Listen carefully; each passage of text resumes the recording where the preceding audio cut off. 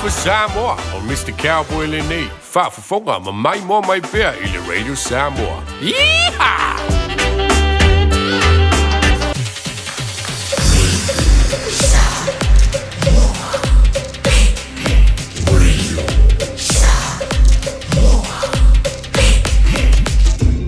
Moi tu amo.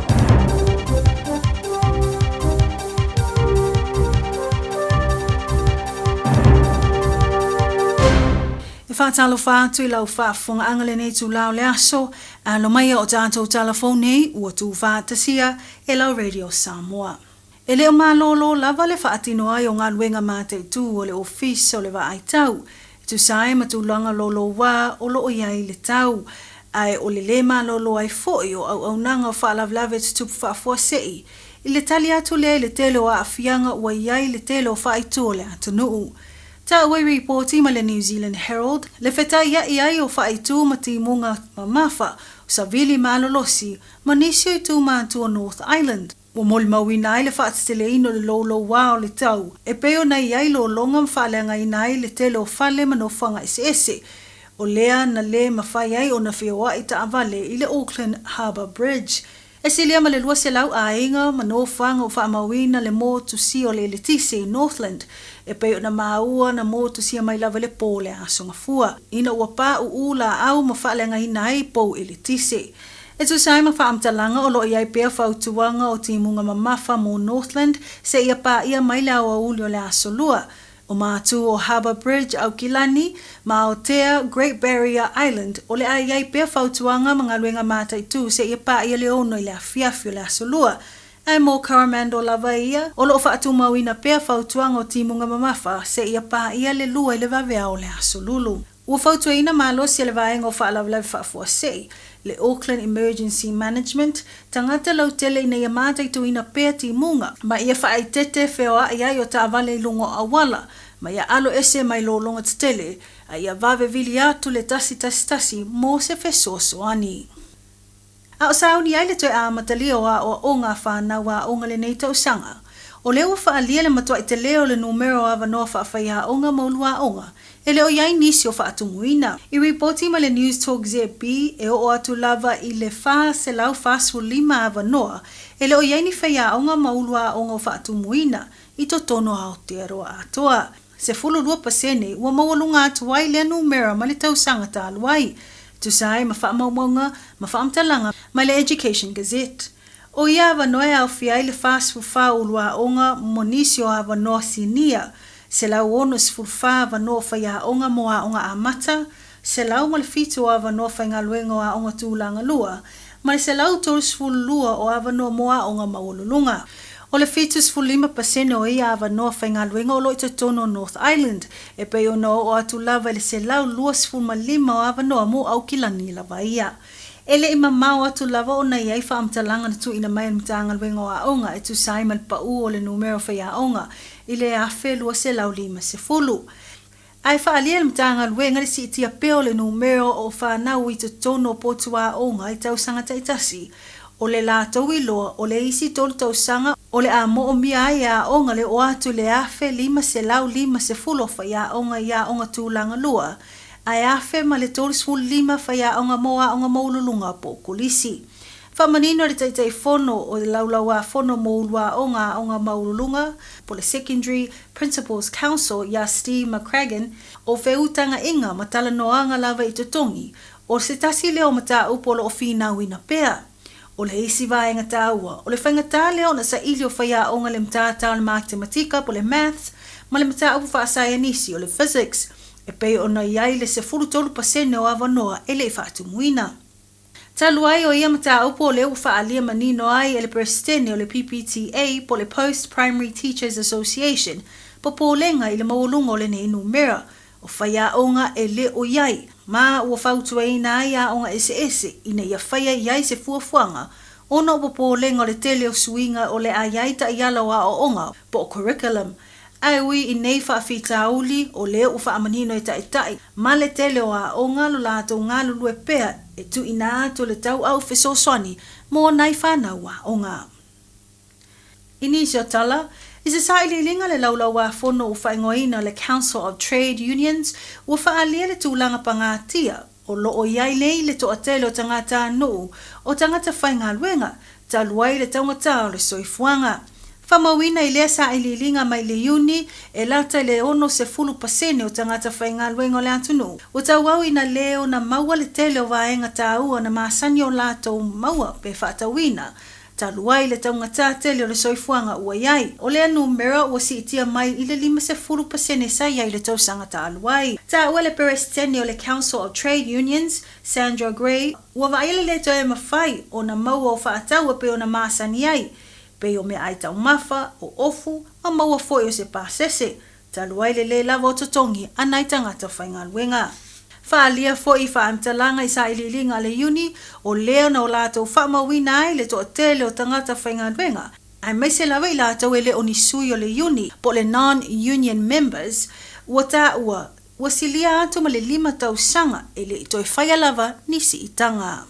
Mai tala i tālonga, o le whai unga le lava i aso na whaatonu i nai le tāmira sanga o atu nuu o lo i le vaenga tolu po le tier 3 o tālonga la kapita i to fitu. Mo se ava no o sauwhanga atu ai le vaenga lua po le tier 2, le vaenga o whaingoina le 7s 2 i Dubai. O lea na tausini o umai au a li i matamaita e le manu Samoa ma le manu Sina. E ui se tau mawhai o ia au le atu nuu e le mawhai o na sauwhanga mo le tamisanga i Dubai. Na tūlanga tolu Samoa mai ana taalo mo le awa li le manu Samoa.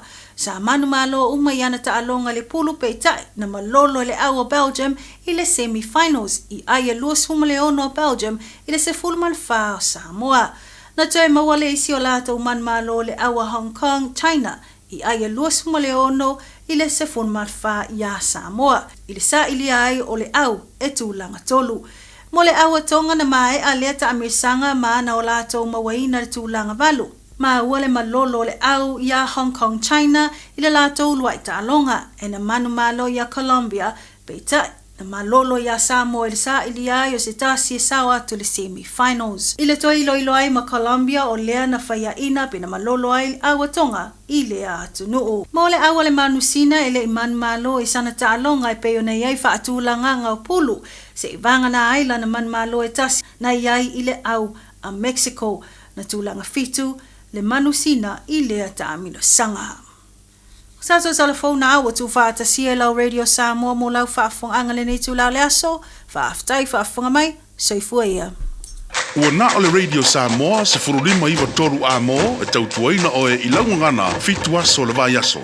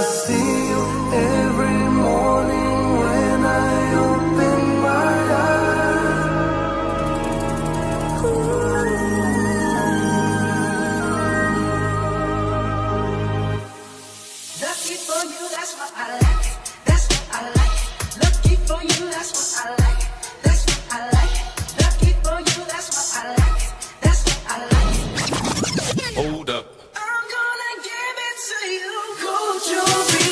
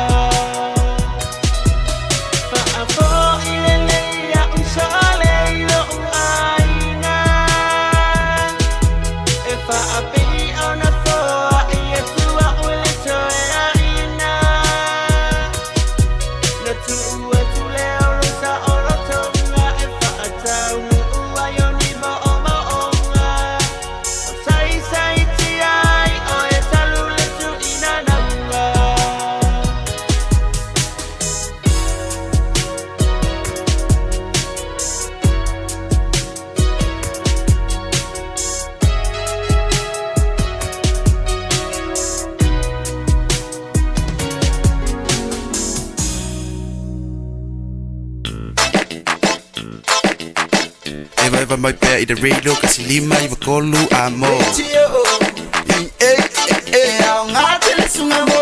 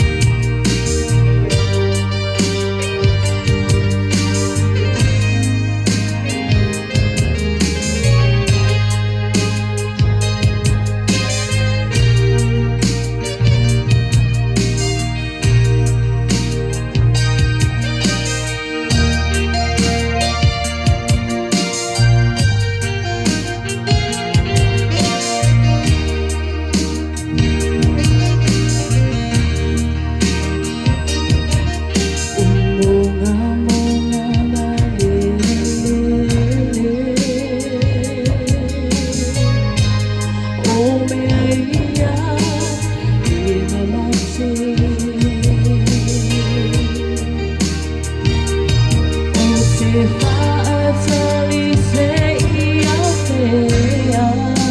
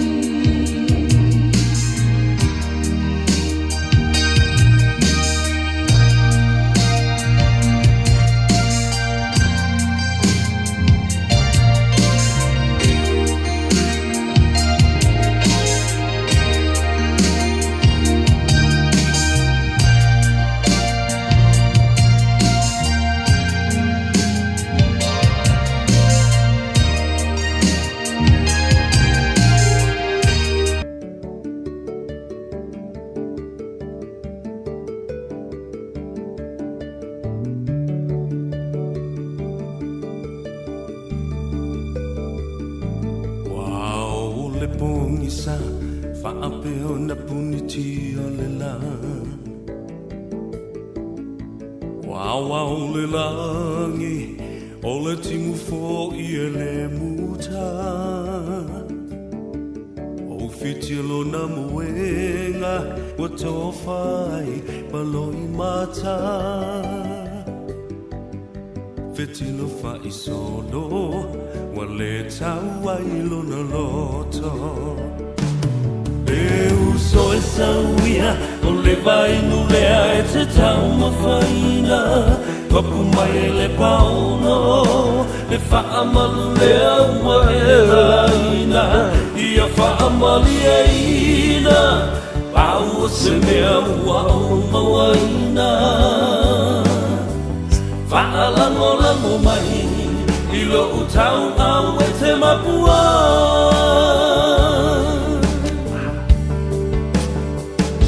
Langona le fia ai Se fulu se fa'ala vai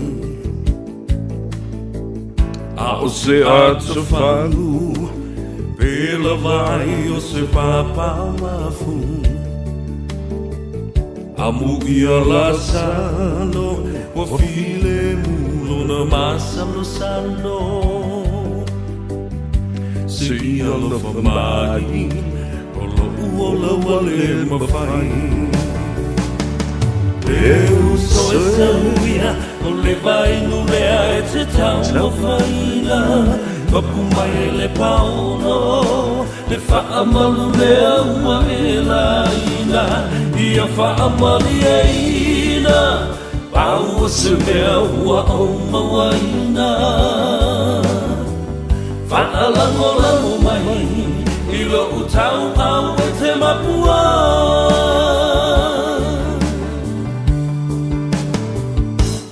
Lofi mai mafia Wa soko ai le tau langa ua pia E la foa ina O ia o se tasi e lea no faina E masa e sae O lava e le taina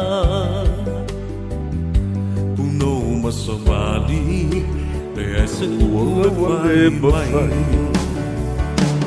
Eu sou essa uia O le vai no lea e te tau a faina Papu mai e le pauno Le wha amalu lea ua e laina Ia wha amali e ina Pau o se mea ua o mawaina Wha alango lango mai Ilo utau au e te mapua Ea, talofa lava le pa ia mawalunga o le whaafonga tā puai. Ia, mo se whonga lau sila mai moa I lea o auli o le hasolua. aso lua se fulu le dei o le masino Januari, lua afe lua se fulu ma le ono, o lea ua lua se fulu ma le 5 minute. Lea ua te ai dei i o le itu la e lua. Ia, whaboiboi o lo o manuia le whaafonga tāpua i le tunu, o au e vai vanga fo i mau tifinga i lunga o le apia fo linga ma upenga ta whailangi, po whea lava le tafa o le larulangi, o lo o e mafuta mai ai. Whaatalofa, ia, ma toi whaafilua i fo i a te oe. Ia, mau folo whaatu, alo le soifua manuia, alo fo i le langi batafi, mo moe sa ala usu le atunu u le nei fo i tae au ina ua mae o na momoli lapa lapa o mahalo awa le tele ana na o le mea fo lele na o na su e a kongi romari e afu ala i lunga alu loa ia ai ngalo ai o na fai ia le tatalu le tae au ia fa mo moe sa manuia fo i lau tau maftanga wale fitalenga ia titia Whailau tusi tia ia whapena fo i le sunga ia se manu. Francis Yoande i le tai au. I le pole kalambe o le malu o le tai au. Ia ma le fia mai. A leo wa tātou whailuai. I le tūla lata o le manava o ngā luenga. Ia ma le ngā ngaifo o faiva o le atunu. I le nei fo i a solua le amatanga o le e fo wale vai asu. Ia ma whatalo whai i a te oe. Malo le ala usu, malo fo i le ala seu, malo a fua ai lau ua maua, vi ia lava le tua, sula fo i le lofa mleanga le lei o le tātou tapa au sidi le langi, o lona lofa tau muli pe i a te oe maa uma i tātou uma. Ala fai fo i whanunga le lei le atunu uma malei fua mai, e Aotearoa au ki lani New Zealand, o lo whamutu ai le ofisa, o le tātou polo club le Radio Samoa, se fulu li mai vatolu a mo i au kilani. Ia ese mai fo i isi ana platforms mai si fo i fola. O upenga ta wha ilangi e pe ona iai le tātou Facebook page, ia wha pia fo i mo le tātou YouTube channel. Ia e maise, o le wha lau te le ina lea o iai nei le malosi, o le coverage, ia ma le wha afonga anga Samoa mai tafa e fio le lelulangi. E o le tātou watunu pele i Samoa. I lunga o le ala leo, o le FM, o le whāmo, tasi o ono, tesi ma le tasi. So FM 106.1 FM i Samoa.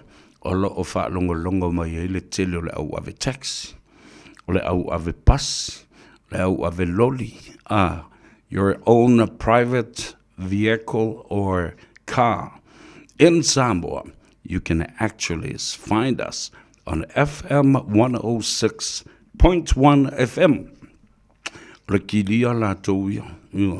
Sa o iai le vai asu na se ima vai atu nei. Ia ma whate ita iai o le whaatino mai ai ia le tātou li poti mua. Ia ai ei se teimi ma le tae au o lumanai. O le aalo iai le malanga. O le au whainga luenga ma le pulenga. A le Radio Samoa. Ia pia, ia, a wafo i le tatala i na aloa ia, o le tātou wha moe le nā. Ia, ai fia e whai lo atu, ua whai on au ina atu, ia te oe ma le fia tele. Ia le nei pol kalame o le ngā Gagaifo faiva, i le 5 aso le vai aso, ba le aso ngafua se i o i le aso whareile, ona o le lango ma le tautua mai, a le tātou company o le soifua maloloina o whale mai e lua. Wha bito i ngase o i tonu o fiti, ma le soifua maloloina. I ona whale mai e lua, i a tasi Nandi, i a whapea fo i leisi whale mai. I suwa, ai tau te ima whapea sole. Vai le me mo mai le sponsor, mai la tau te whaatupe ina. Neo lau tau wawai ei. O le coverage lena. Ua sopo loa lava i tua oi o atu motu o le Pasifika. Ai tātou wō i meo foreign international companies. Ua ngai i company whawao malo. Ia, o lai whaongorongo mai. O le tāu o le nā o le whaongaina. O le ngangana Peritania i leisi teimi. e apo mai ai, e nisi fo i o tangata, la tu te ilo e mawhai ai o na kiliva le savali, I lunga o le tua inga fola fa penei. Watu ai le fa malo, pa le fa tai I le pulenga fa tonu. The Board of Directors, Dr. Pavesh Kumar, fa pe fo I se tasi o tamali I alo o fito I tolu ma filo ai. I to tonu o le fo I pulenga le company. Le fale mai fa pitoa o ngase o le fatu. Ia ma to tonga le fatu. Ma ngase fa pitoa o tonga fitinga mo le mai lea o le kanesa.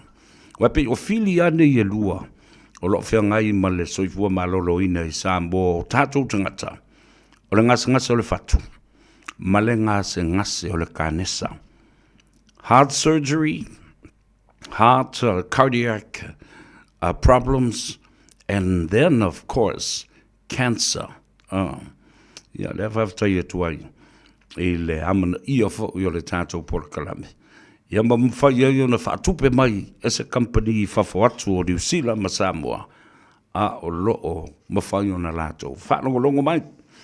The Pacific Specialist Healthcare Hospitals, 2 locations, one in Nandi and one in Suva, in the neighboring island of beautiful Fiji.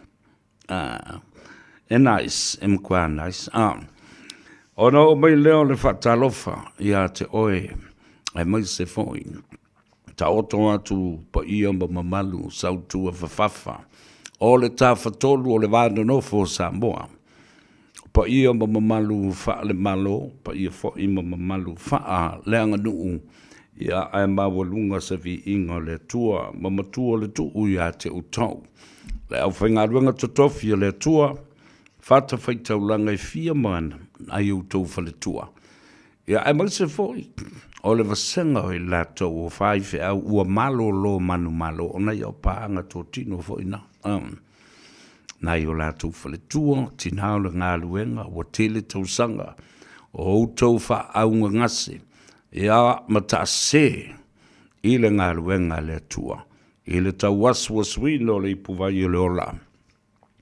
Ia awa, I ne anganga mo le malo le tua. Le au kerisiano, ia le pēr o whai atu, le whi ola, le whi nā whamailaka, o sa vea. O tātou te lau vivilu o I tātou o le au kerisiano. E a mi o wha keriso. O a mi o wha atua, alelo. O mo le wha fōlinga. Tēle lau wha fōlinga. O le fia ami o tua, ma le fia ami o tonu. Ai matua le muli lava. Ia o onga ale keriso. E lau le swafo le tua mai Almighty God. God the Father, the Son, and the Holy Spirit. Aia, o le makua ami o valia. Wana on tangata e whafolinga e oi le lotu. Ma lau le swafa pa I o le tua. Ai o le makua I a mio wha ke mongia. Ma le wha ki a polo. Io tātou tali e wai. Ai e le taimi o te papa I ai le tā ua tele o nisi o mata upu. O le a tātou talanoa ma wha soa I ai I le soa. O mata upu nei. E tā ua tele. Le anga o mata upu lau tele e te tau o na manino ma mala malama I ai le mamalu o le tātou o tino. O le matua tele o le tau wha leanga. Wa le mawhai ai o na talia ina e isi tama. Lo lātou whaia ina ma le toi lalo popo. Ai tū sao loto. Ne malo ua pule ai isi tama. Ma te ita ia isi tama. Sei whai le ngā ruenga. Mua whase furu tau sanga o tau iai. Ana whina ngalo le tua. Tau teno no fo I nā ma le lei lau tau ngā ruenga sa whai. E toi whao popo fo I nisi tau sanga se whase furu. E le malue le pou o lo tau mauta. Ai wane. Le lofo le tua ia Samoa. Tu ava noa e wha lua lava. Sau le wha tua le tua Samoa. Lua fe ma le tasi. Vale fongatia. Ona o winga wha le tangata.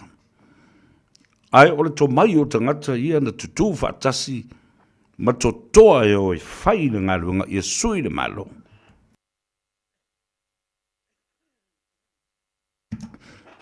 Ele lai titi. Ia na whapela ia lea o le atala lau tasi e lava whapena, ai le ai. Ele i whaangaloina i le atua lana whola wholanga. I ona tangata. A ua whale tonu, le te ita inga, ona o le waa whale tangata. A ole i le paia inga lona sfulu ma le fitu. Ua toe musuia te ita ina to toe sfulu ma le iwa lua sfulu ia lauri. O mai, I will give you this second chance. Ola ia le toi ta pena le lei. Fai me fia. Nio. Ia mata pena fia. Pe o le sauno anga a le fionga ile li pare mia le tau nei le ulua i fontanga o le pa inga sful ma le valu. O le nei tau sanga lua afe lua sful ma le ono. Na sauno ai ele fai pule sili o na toa le loto. Awa o ifo ina ui mo iai le sunga lauli. Tia i uba mea, ta oto to finga le pale mene, o lona tutongi, o a uma isi vaenga. O le mamalu o le tofi, aya, pule le loto, toa le loto, fa longo i lo i tu malo, lo watali e foi mai se fai se tala, ale pulenga mamalu o li i mo fai pule. Talo fai, walongo tala le maunga o le alunga mamatau tia. Le lato tama fasau o le ato e fo i mai i whanua. O le ato e pou ai masi i ngātai. I le ngātai whale lo na sa folau. E sui le la. E folau ai. Sui fo i le no whanga o lona taunu unga. Dea sa sila mi o sa mo ma whaafonga iai. Na momoli mai. E a inga. E le ngata i le malai whau papa whapea fhoi whanuali. A inga matapa au. Momori ifo i le a inga whatua tua i le atua Samoa. O lau tala le na whai walanga o le sunga le pali i heni. E a po le fionga po le ftelenga fhoi le tō whai a motupua. O se woma mai i a tau. O se uso mambae i hatea. Tele, teimi na tu ua ile malo ma usuia le fono ma wala au le tua ma afe mai. Le tua ila na asia singa na afe moe ai le malanga le to tele o le nei ahinga. Le mariu ma le oti. O i, awa o le pule lea. O le pule lea o fale mariu uma o linga and sons. Lea hatina e o lo tautua ai mawhatianga o le atunu. Pea o mai le taimi muli. E wha mana vai e le atua. Le tangata i le rarulangi nei mana ngā luenga e whai. O ai e tua i ai. E tua le tāpenanga. I le au nanga lea linga funeral services. Ai tua ai matangi olo motu pua papali heni. Afereti. Ai te iwa o lobo ni muli ane. A e, o le tama whanau le e kalesia Yesu Kiriso la po i o asonga tai. A o se tasi fo i sa a o ina, i lalo le whaamalu o le vasenga a lo utina, o se whaia onga, wa tele tausanga o tautua o mai lava i le so, o lo a vea pea o se whaia onga, i le valu se fulu ma le 5 tausanga o lona soifua, le whatau fo i mai nei. I le whamana tuina ma pati ai le lofa ma le anga le lei o le atua. I lo mātou tina. Ioi, sa o tawina ai. Ia le nei ta mali. Ia le nā, tele se tala ia i le mata upu le nā, langa i le whaingo fie. Ua tasi le tō whā. I le i tū mā lo. Vaisi ngano lua. O le aoe momoli. Ne la tau tama whasau. Ale i tū malo lea na malo mai. I le tofi foi pule o le tu malo. Ai le tamo e.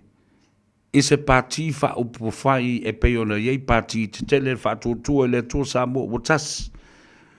Le HRPP matule apa. Ia ma Samoa ua poto e peona yei le sa fa pito. Masiana fo I tau mawhainga. Aia. Na alo to tasi le sa. O le to whai a motu pua. A leo o iai. Ma fotu ma lama. Ma ite le malama o le tae au. O le asui le la folau. Mai o te tonu foi. O I e loa tuai le mapo le to wha. Le to wha te mali I lea. Auto sila I ai ma wha longo. I le sau.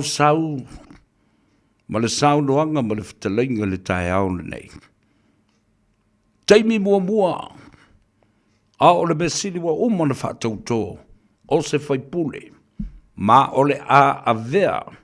Ma tala e mamandu I le wha vai o Samoa. Wa umana wha tauto. O le whai pule alo ia. Tuto tasi. O le malo Samoa I sifu. Aia. Wa sui foe, sui le la. Toi si I le va ai ngatai. Nau tau whafonga ye Samoa. Oi ale mita I le nei tamali, I le nei tama. O le tama whanau. O le tama whasau o le tumalo. Ai mai se a inga fia. O tamali anga. Oi a le fia ma patia. A oi se vale o le ato yo ane vane seisi ala to sui e tamo e mai ai ina seisi vaenga whaile o ta watu. O le la unga le nā lau tū tama whasau. Ma le whasino manga le nā o le ami o tonu o le atua. Ua mo moli I o I le la uli ana maria. To e nuti bea ai. Ma fe soa ni ai le whai numera. Le ana tala noa I tū le epa. E fia wha manatu ia la uli ele o ia te ia le whai numera. E atoa iai le lua vai tolu. E sui ai. Ni vaenga o le wha vai po le teu wina. O se vaenga o le wha vai papa. O le malo Samoa. Ala le me ta pena I le atua. Nal tala la uli ai o ke pole fua oiki. Ke ala lai mai fua. Ke le sisi o toi ano atu ia te oe maa. O oe wana o se pola e motu mai tua. Mai mau le taimi. Ai ta pena le atua le awala. E wha atoa I le awa. E sui ai le wha vai o le atunu. Pe amana o mia le lua vai tolu. Ale na lua uma foi. Ona wha sino mai. I le hala o le tula fono. O maa fau I o le atua. Le ana lu I tau ai e le lai tu. Ma moria le fonga fitalai. I le mauta. I le whaamsinonga. Ina ua whao ngā ina lana I a ta tau o lo ta ua ma spela mai lalo le whaavai. E ma whai ai o na whao ngā le palota le fonga fitalai.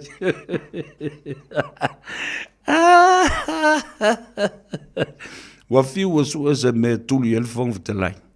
Fa malo lo el fong fitalai. Danga foi le tamali I e toa tele mona winga le sunga le pali I ta eu ma se pauli. Wa uba ma fau. Ai sau le ungo le whaamsinonga. Manu malo le fong fitalai e ma fai. Tu sa la pe fai ina le fong fitalai isi mau tama I mea la iti fo I o meo whātustusa o meo manu ai niu. Ma meo tifinga meo loi. Whāfuafua la pe a whātustusa le meo le elefane.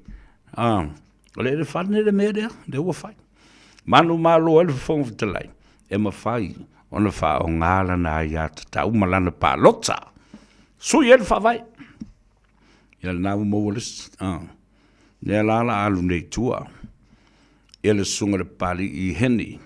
Ta pena mai le whainga palota. E peo nau whai atu la so nafi. E oi no leo mo moli o le whatutua i le tua Samoa watas. Peitai. Ona. Olo o iai au lape o le tula whono whainga pānota na teu le lua fesfulma leiva. Ele o pa e lai la le sila le whangaftanai. Whapena fo i le sui. I le sui mamalu o vaisi ngano lua. Malama le lei. Mana ia, i le vava aia na nei le tae au ma le whaalongolongo. Na o le toa e mawhai o na whaia le mele. Awa o isi uma. O isi foi vanga tutotas. La tau te le mawhai o na whaia le mele. Tai pei o le totoa lea na iai. Ma le mauti noa. E to uansi. Mau si osi po mai ia mau u. Whapena foi le tō whaile ngoa matua ia ale vena ale.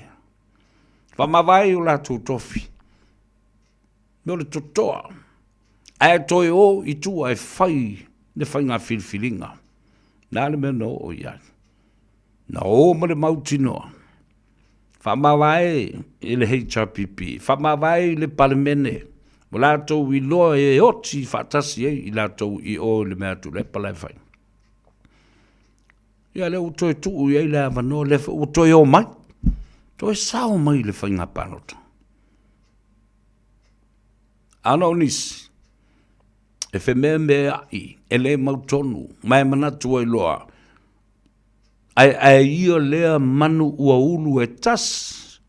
Awa e te toi alu loa e toi whainga panota.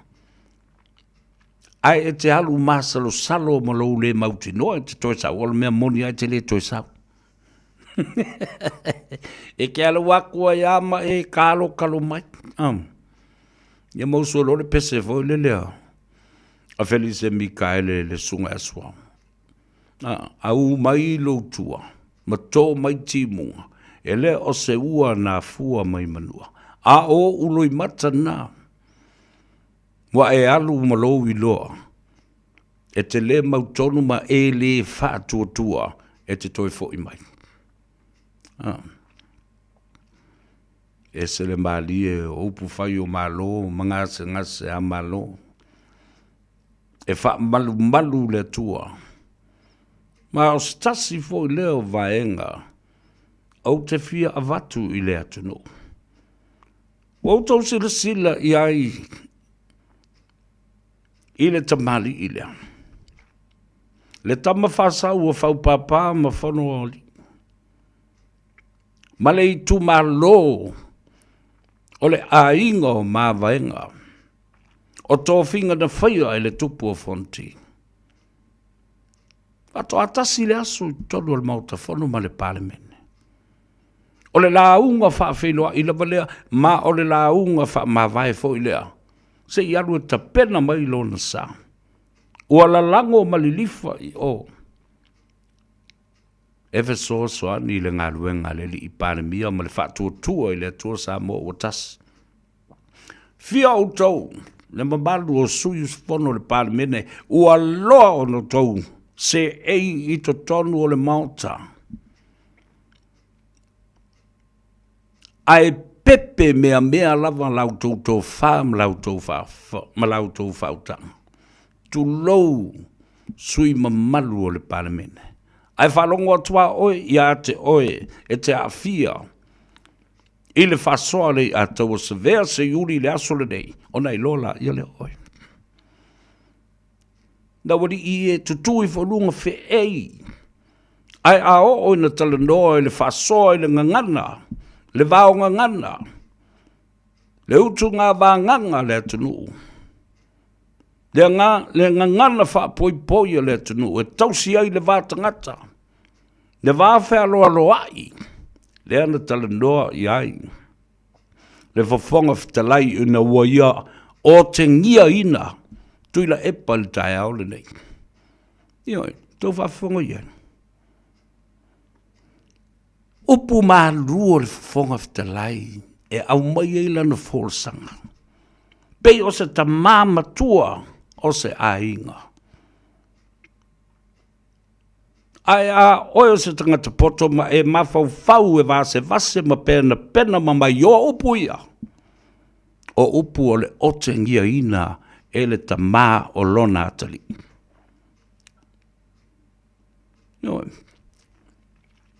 E whai mālie mai. E fi mālie mai. Ae matua o ona ma matui e pei o le pelu. Leanga o upu ma saunoanga ma tuleinga e whaonga o le pelu e tau whai ma ai ona i tu e lua. Nena, e leo se mese se le mele nā o tau whaafonga i le tai aule nei, se i o utala tala atu awa e tāua tele. Le e se senga la le nā, o le tamana te pena, le whaipule na te pena, le i atoa se lua masina, tolu masina le Malta, a o tau whaafonga le launga, le vānganga whatalai,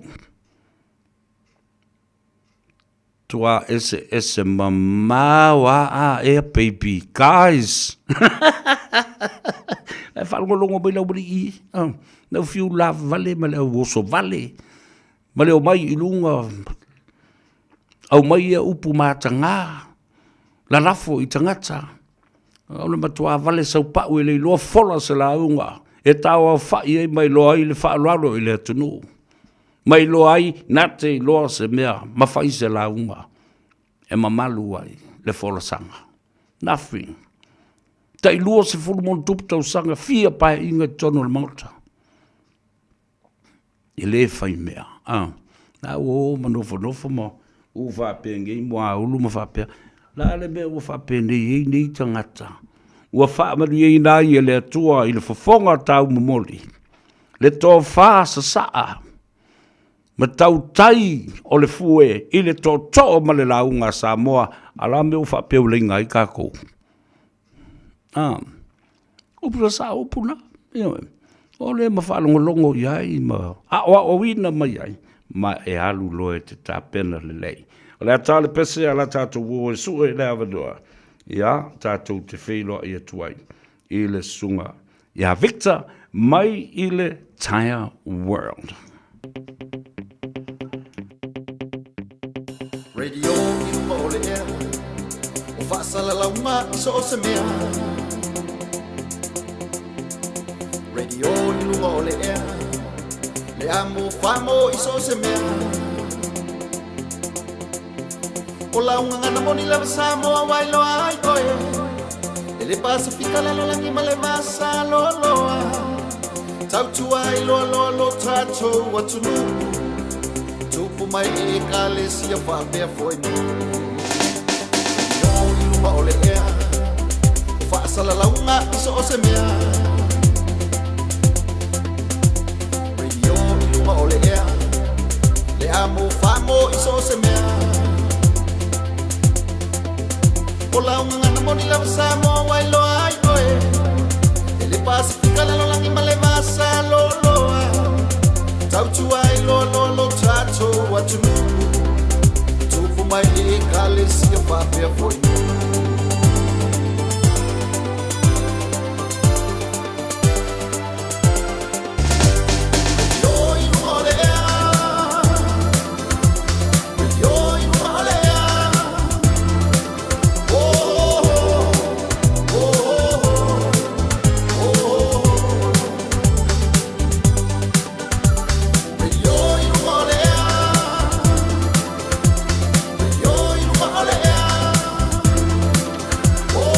Ia le nā, tuwhi wha o Sofia.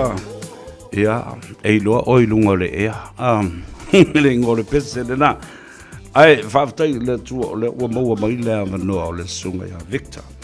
Mai le tātou company, the Tire World and Auto Limited i Stamaki i o Tara. Amalulu atu le uso Victor pe a whai o le maua i se tā vanoa i le asoana nafi. A le meta ua, pere moa ngafi a le ua maua le aso, o loo whaafongafonga tā pua i le atunu ai maise lau tautua ua fai fo i sileva ma ua masani fo i le tō tele o Samoa pe a nga i atu i le no whanga o le Tile World and Auto Limited whatalo fatu i lau sunga po o e fo i le uso ba atu o taulangi ma lo le soi fo manuia ma lo fo i le ngā lulu e le nei aso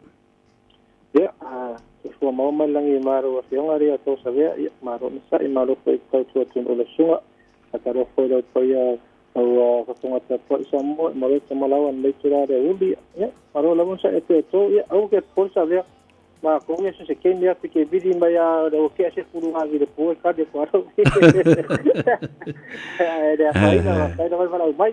Nā lo, whaftai, ngā lue foi. Na ua ngā ele lai le tau nei ai ala usu mala seu ia lau sunga ia awa fo i le tautuaina o le atunu ia sau no ia o ani whapitoa o lo iai ia mai se fo i o lo tau falensinia e iai ma le fale ta vale e whaatau e se atuai ta vale mātu ngofie ma le tau ngofie ia iai fo ma le tau pampensini ia sa lei lavara sa nanga sa vea so kurenga so di pero ta vale e foi male me ko ta vale ta ko pensemi ia o le aso mana so ta ia so di masende te sta pe tiro sa i mato pambu o le mato ibatasi tua tala fa ko tiso le tala fitu fa semi o le ngalo ia lo apple car tax ia malo ia point kan a fa pero mo so ia point ka ia fa sinto na ta para lo i ka toke nga luanga i wako i ala e poi kai ki konga swipe. Nga to fore lo konkesi o le tato konkesi LPG dua suiva tala i le sene lau whentewi whia i tako konkesi temin nei a whape o reanga lo konkesi i tako konkesi fo umatewi whia i nei lawa ni ngato konkesini. Ia mana tuaru swafa whape utu lau ta avale mana tuaru swafa tuna tato sei a one ingalo o lo swafa matane mea i le tato sei tape umautu lau ta avale tuna tato pambu.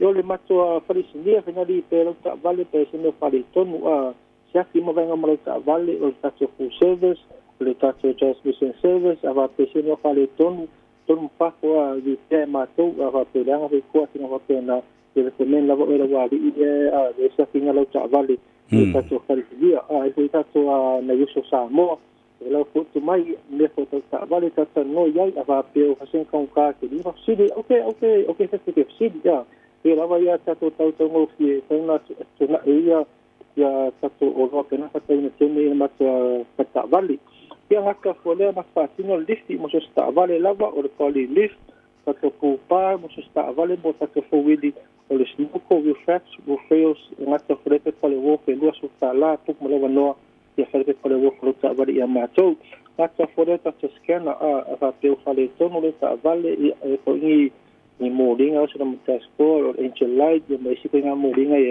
e sanga su e nga ka scanner para tono do ta vale nga to fo le ta to kes a to la fo la telefone pa o sa le passing te pale vo fi fainga fa pita to kes sa o tiki le te tiro ke fi ya i ma fo mo ya do sa nga to fo le ma ta vale pa ta vale fo ta vale tuai to hai pe ka mo la te fi fo e faile upo ke o le he ka sa vale ne ho pe ala fa se me ta to ya wala va upo se upo faiva ya upo i o ta vale na lo mo tin ye te mo fi pe tu ai le pensing ya con fi mo pensing ta fo le SUV ya o ta to fo wili fo venture hai Lakshmi Nissan uma na teu po mo fo na modify uma lift 4x4 yo ole makta sama tu ya snoko pupas ta berfatau ale semester por eso fatau o uma na teu in makta fata vale no le sene tu no mas nero penste para eso sa in makta fata vale a pero sila ta nero mo so sa ya se mai makta fata vale te la vamara no in makta vale pero si filinga ta vale fota vale tuai ina la vale makta fata vale ya vini mai makta no me o iba do fitu fato do o so sa ne makta fata o le ile tarong fa te o le fa sa i lava mai le ko fa lo i o ta le tasi fitu sur pecho o ta po fo po tuai ya ka ko se ki next mo se ska vale lava fo wili ka vale tiki SUV po malava ia ma to a do suta i le aso ngo ma te finance 3.5 ta vale rile le langa i e te mi lava na fa te o PC center to na si aso ia ngai ke wango ai ia i le tatua whatau. Pau tatua pau mo fowili ia o le sais tautasi nei lunga tolfitu pau maktais la poa tautasi i lunga tolfitu sa se pēna wa moia mātou temi nei su mai e tatanga i fo ia piki lava o le koe ngā pau ngakira e ngā kifisi ai i le mātou whatau. Vili mai mātou numea o le oiwa lo fitasi tolu o mo se so sai o tai ia lia taua o no mātou o fie ia tatua e se raso mua ia lava o faiva tonu tula le uli ia so te me maria pa tai lava tale ea vaftai Victor tatu e feilua i pe se aso fo le nei vai aso ia ai vaftai le usu ma le ala seu ia wale tautu ina fo le tatu o tonu le la u to fa fonga tunei ia ai wai valungu a ia pa po la mole au pa ia lui o ia Victor e suie ia pa qua vale o que fa coisa ali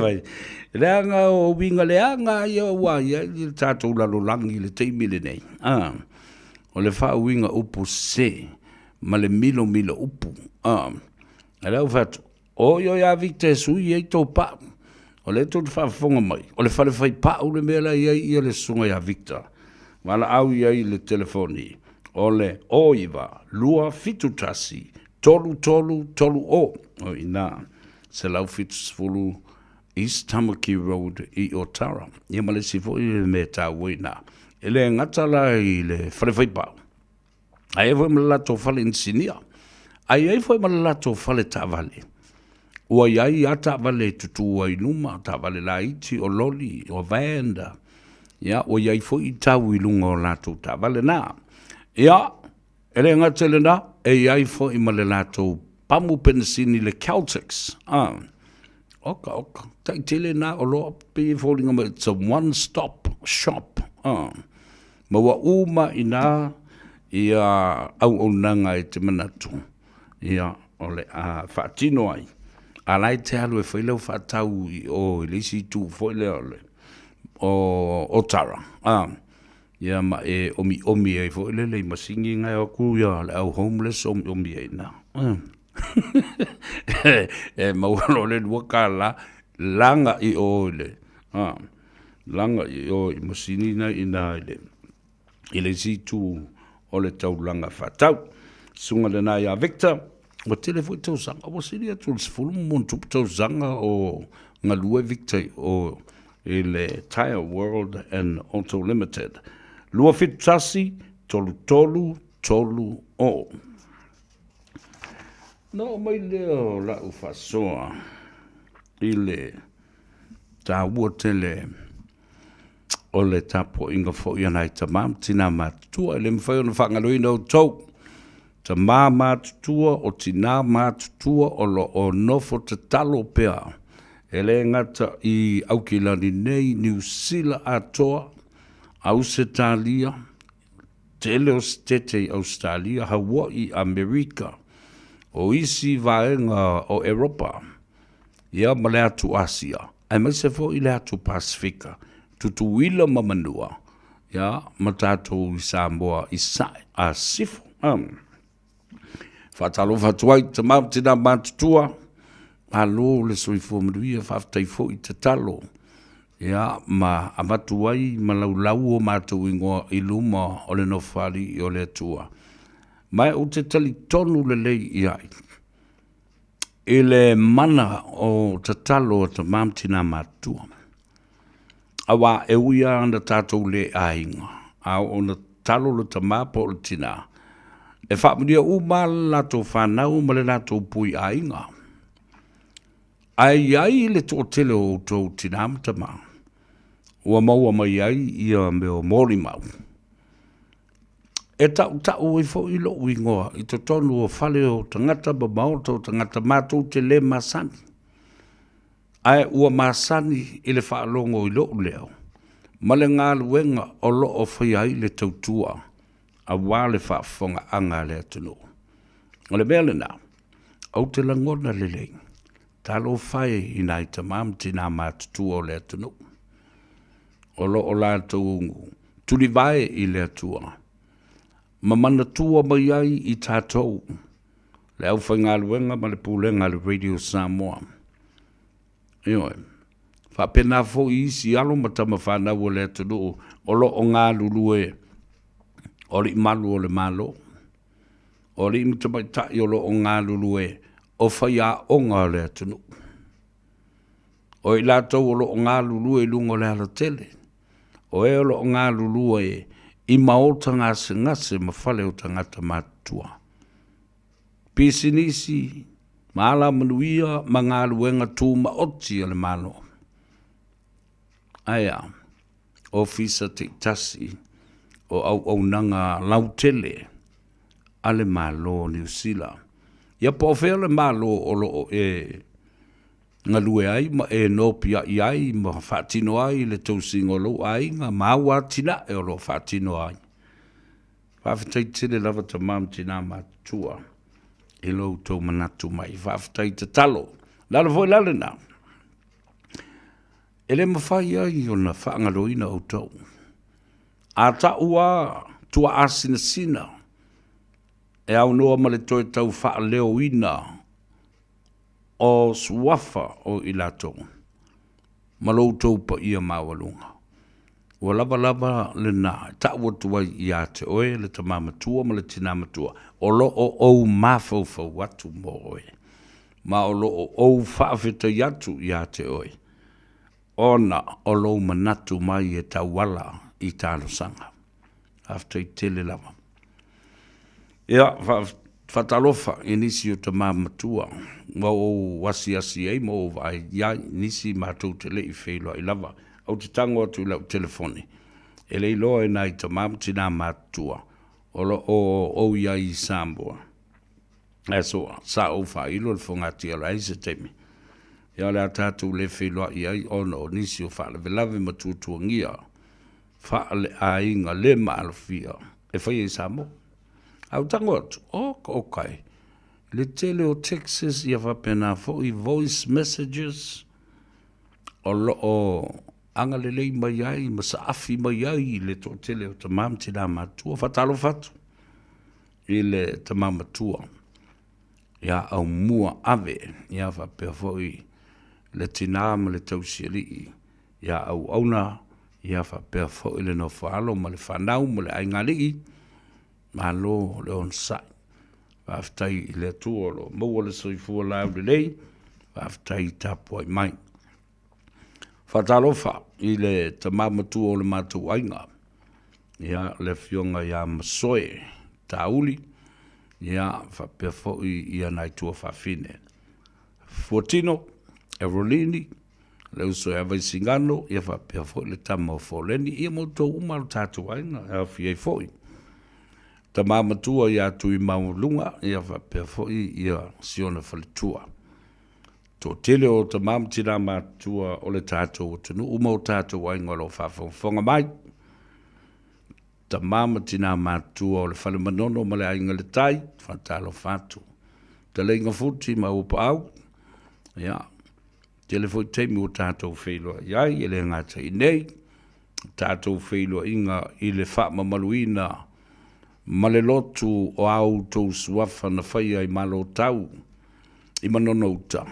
Ai tātou tele I o, I wa a fo I lea wakalasingi I kai le kako moku. E whale u mautuangi ma o I le tongo. A le la o I nei tātou wa ia e lima, whawhetai le whong te lai. Nue.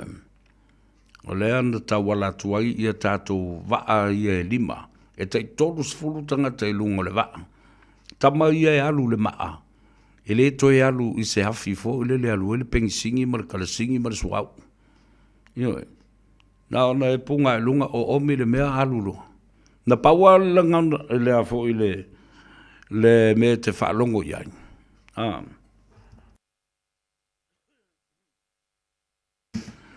O le taimi fo le o lai pisi ai ia le sampi. A wele to la ngona ina ia se afi o se va, ma se pa o le afi o le va. Tau tia.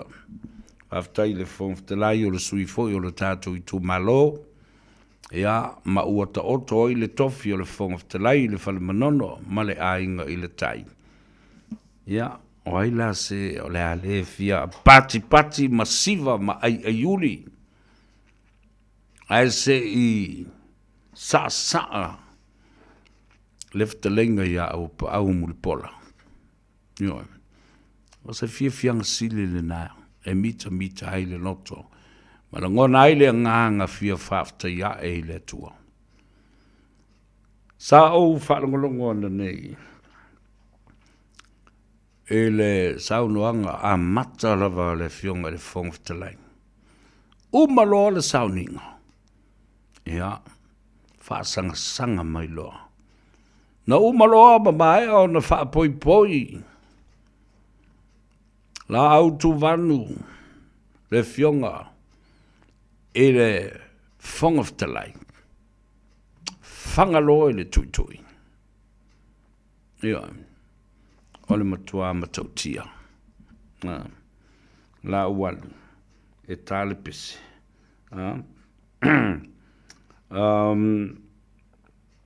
E tale pisi, ia, ma aisi tamasi e o lo malanga mai, e vatu ia lana vai o le ola. Ia malana vai avoka. Na whafonga mai la, ia le si voi, uso lea na wala au mai, ia lana vai avoka e lua. I lea sona na fia, lea la ua tau nu mai. La tata uo, se I kou pepese foi ma le luia le di tai au. Ia, ai mai se, ia, o I la tau lo o ngā lulue, ma lo ngā lulue. O lea la wala ngā lue ngolo, o ua tutofu iei, oe, ia, faiva le ngā tei whale, faiva le vātea tea. Ia, mai se, o faiva, e whaia le tua vau ma le tua sive. E pei o na iai o tātou. Au faiva, o le au whangongota, o le au whaifato anga I Samoa, o lo whalongolongo mai. Lungo le ala tele, ia whapea fo I le ala leo, le siu whafonga o Samoa. E le ngata I Aotearoa, e whapea na fo I lau whanua me ele. O le aturu upele o lo whaamuni mai ai. A mese la, o tātou paanga, tō tino lo o iai le temile nei. Ia, pei ona iai ia. Le swalofi, le lofi sao tu mua mapule mainga. I na I tutonu o le maketi a aliki I taufusi. O iai na ia le tātou ofisa. Tanga loa matua ma le lavea I trust o lo tā pena mai ai. Ia le tele o tala o whamsinonga. Pe amalanga atu le tātou o tunu. E le mautonu. Wa leo toi maua nisi whamaumaunga. O iai le tangata e ulu tala. A e matua le malama lava. Maua le lava tā pena. E la I titi lo nātou sila fia. Alau vetu. Rai e mose malau perfetei. Talengi a whona mua. Le vai maunga po o le talenga fo ia namulu ulu po le tofa ia whale a whanga. Pūpuari I Hawaii po niu la vea. Ia le na. Po le tofa fo ia so alo po le sunga le ata wor te malo ke le ngoa. Ia o ia le na. O lo o fesosoani ma sulu whai ia I le atunu. Mo se fesosoani ale lavea I Trust and Immigration Services ina. Ia whapena fo ia le fesosoani mo whaamsinonga whanua maswafa. Le whale mai. Ia esi ngase uma iai. Ona o ngase whale hanganu. Atalo whatuai I le swalofi o tumua. Ia whapea fo I lau ftelenga tali o po lau sunga tui sa mau ma le whatua.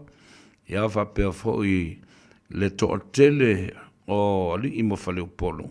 O lo o li poiai. Ia le swalofi le na o le atunu. Usimele whafonga nisi o tātou whasisilanga. Whapis nisi leanga e tāu o tele. E maurika ko kupe ai. O mana o mie o e pose isi o lo a inga se fisosoani tau whi malanga inga mo New Zealand. Ima ta au pue peo le vaita mai no whanau po anga luem.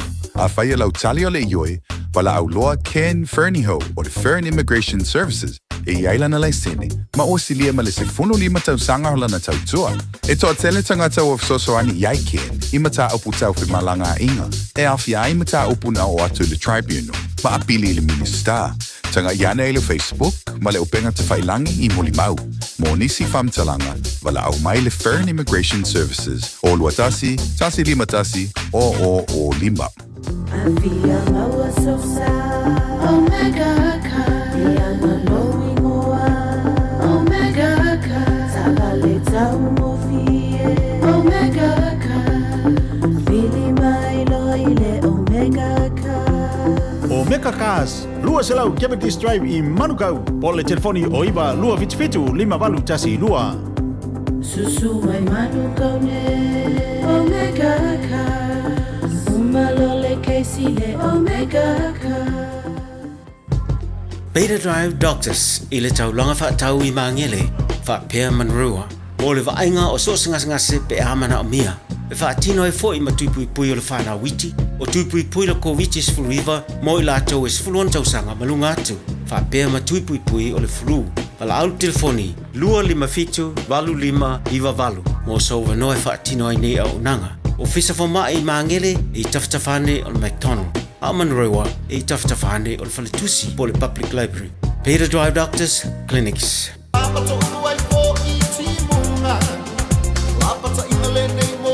Samoa uma Sauni ole ai ai se matangi oi lupa Fasala la mwa bisinisi Makolo kalama fo ia tamaiti Bese kwa muli manako Tala mai I matala mai fafo Tala ole tau se vainga le mo ataya o Lolo wa mato ulu ai fo I timunga Lapata ingale nei mo la Samoa uma Sauni ole ai ai se matangi oi lupa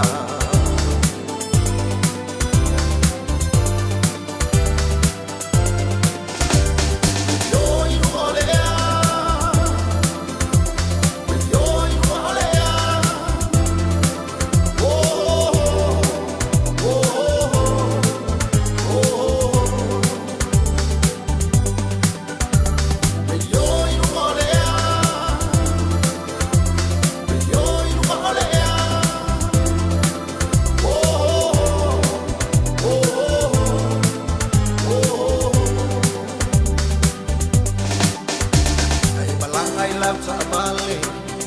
Kiane loa radio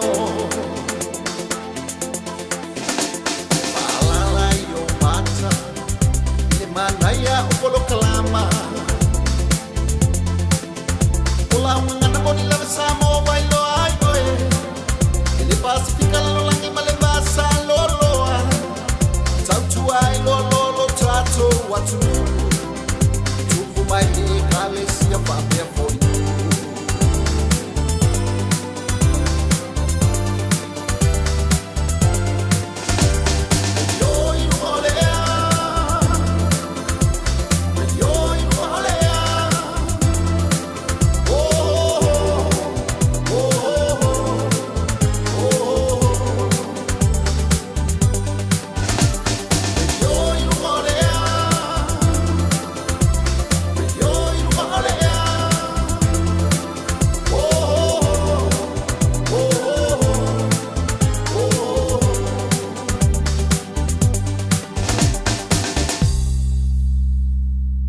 Talofa lava o le si'u fofonga le nei o Samoa, le Radio Samoa.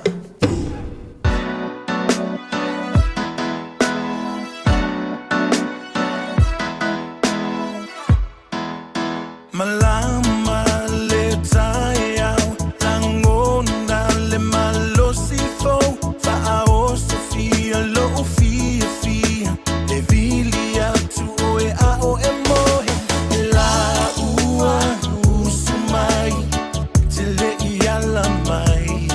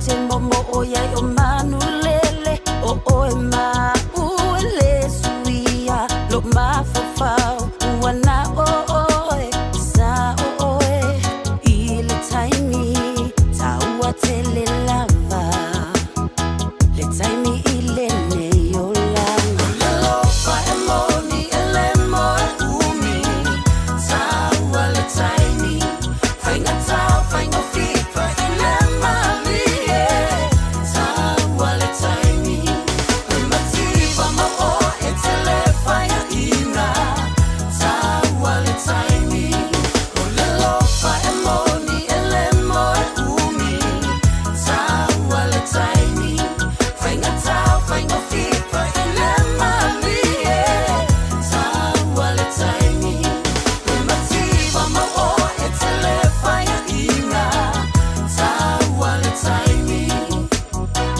taua le taimi taua le taimi taua le taimi Hey, hey, ha, ha, cookie day, who I'm gonna. Hey, hey, ha, ha, cookie day, who I'm gonna. Off a lotto, and the same boy, hey, la la. Patacau, e funga, atalanga. Allah, go e cano ni mapa. Utanga, si asola o kutaka. Off a lotto, and the same boy, hey, la la. Patacau, e funga, atalanga. Allah, go e cano ni mapa. Utanga, si asola o kutaka. Oi, oi, no va, si huni moe fa. Langi toto, moe otu taulanga. Oh fa, soy fuma popua. Hey, hey, ha, ha, cookie day, who I'm gonna.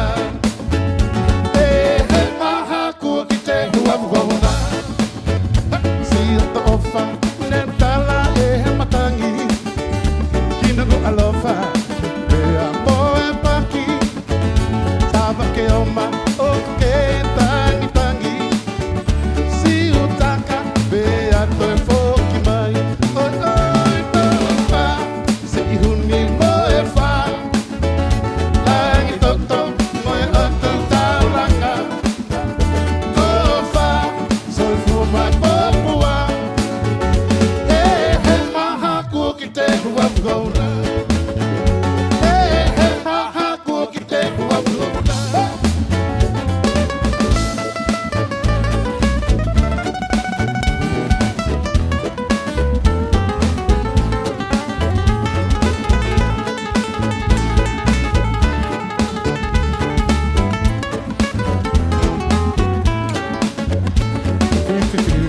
Ki hebe ebe e ai takala te o kuife tako hai I tani ke eke wisa ta oku I kolosia e oi oi tofa si huni mo e fa langi toto oi otu taulanga tofa soy fuma popua. Hey, hey, ha, ha, cookie day, who I'm gonna. Hey, hey, ha, ha, cookie day, who I'm gonna. Oi, oi, tofa, si huni mo e fa. Langi toto, moi otu taulanga. Tofa, soy fuma e popua. Hey, hey, ha, ha, cookie day, who I'm gonna. Hey, hey, ha, ha, cookie day, who I'm gonna. Hey, hey, ha, ha, cookie day, who I'm gonna.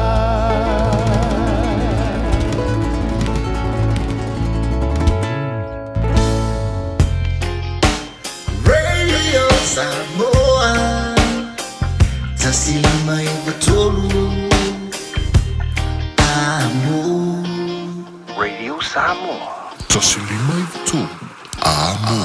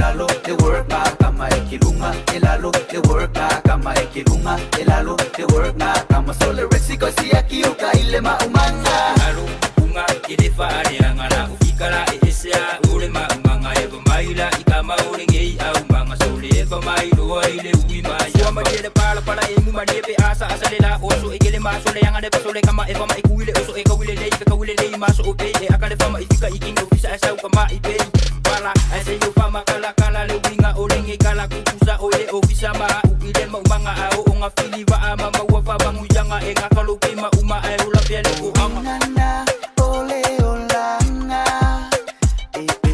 ese una lava tangata ekilunga elalo te work na kama ekilunga elalo te work na kama ekilunga elalo te work na kama sole rexiko si akiuka ile maumanga elalo unga elefa ariangala ufikara esea ule maumanga eva maila ikama urengei au manga sole eva mailo ile uima yama ufisa pe faima umanga ausi ainga pe ola maka ase koefa alongo mai kama ya kumai papunga mafa ufanga usilifa afe ange ule maumanga uarike ingo eke ile pala eke ko ya enjoy le olanga ekilunga elalo te work na kama ekilunga elalo te work na kama ekilunga elalo te work na kama sole rexiko si akiuka ile maumanga aluka amua mumaimba de pua salua ole umufa akali le malanga alaba makuweka maisi au paka wa uliparu sami headshot ile pua belangi aingi popaka magupa lolo wangu moe vai ai kamaka ngumu ile sami sole mala para okamaki Samoa mangui ale malanga ekilunga elalo te work na kama ekilunga elalo te work na kama ekilunga elalo te work na kama sole rexiko si akiuka ile maumanga elalo unga kidefa ariangana ufikara esea ule maumanga eva maila ikama urengei au manga sole eva mailo ile uima yama ia le da o tu fa foga ia ile pese ole maumanga male auanga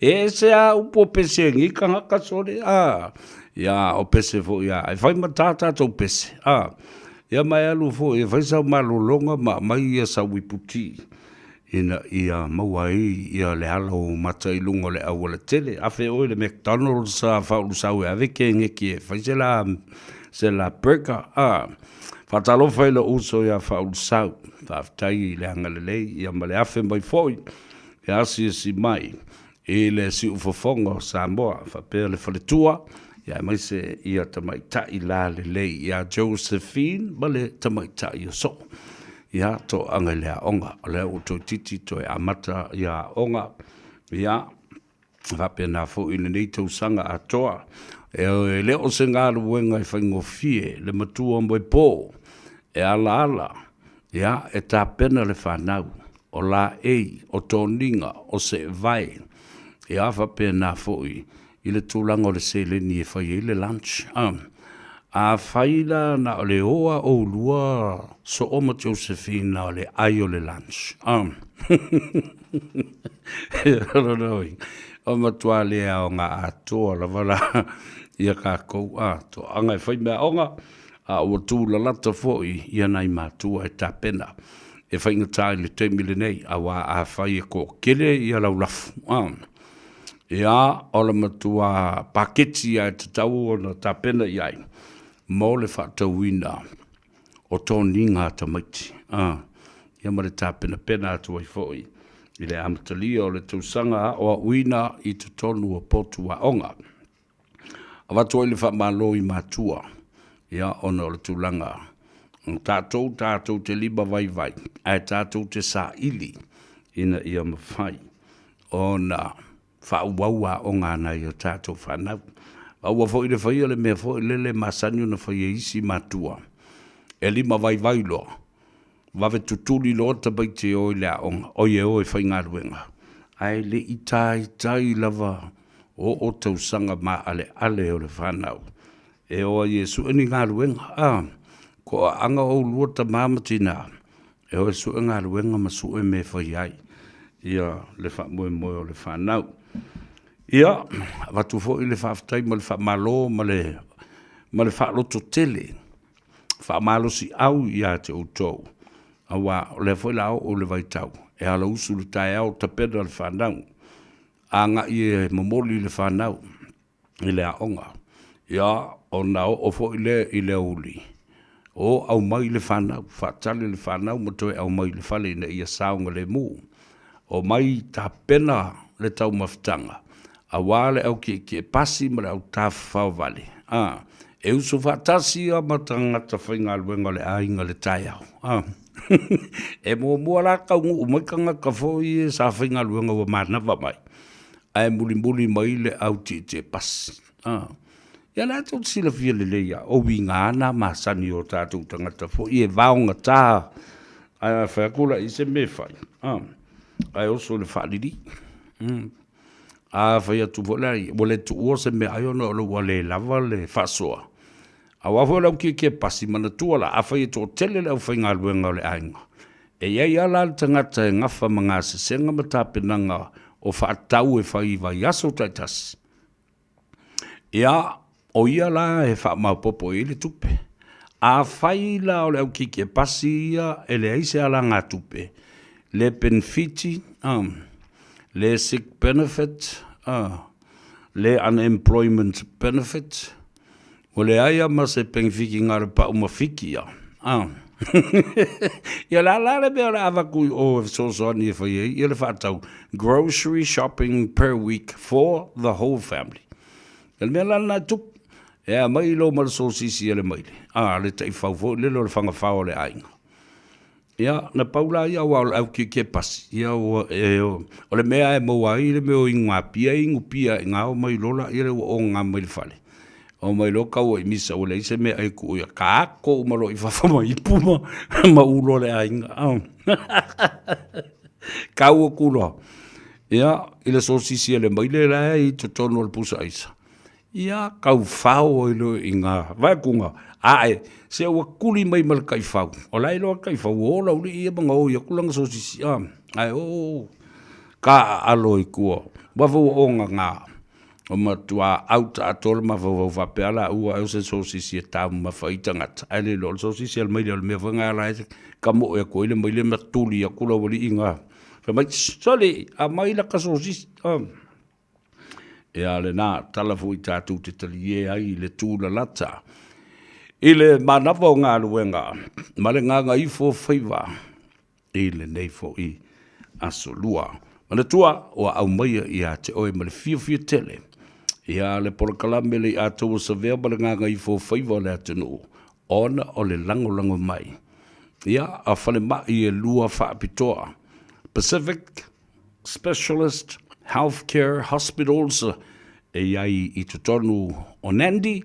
I a ma le ai tele le taulanga i suva i fiti mena fatuai so le fa petangata ka fa fefea no o le malosi o le i le o le atau savea e su e mai le sponsor e fatu peina lana por kalame ai mo mai o ile atu fiki ma le atu Pacific e ai se taimi o mua ia ona fa pena fo le ona fa lawi loa.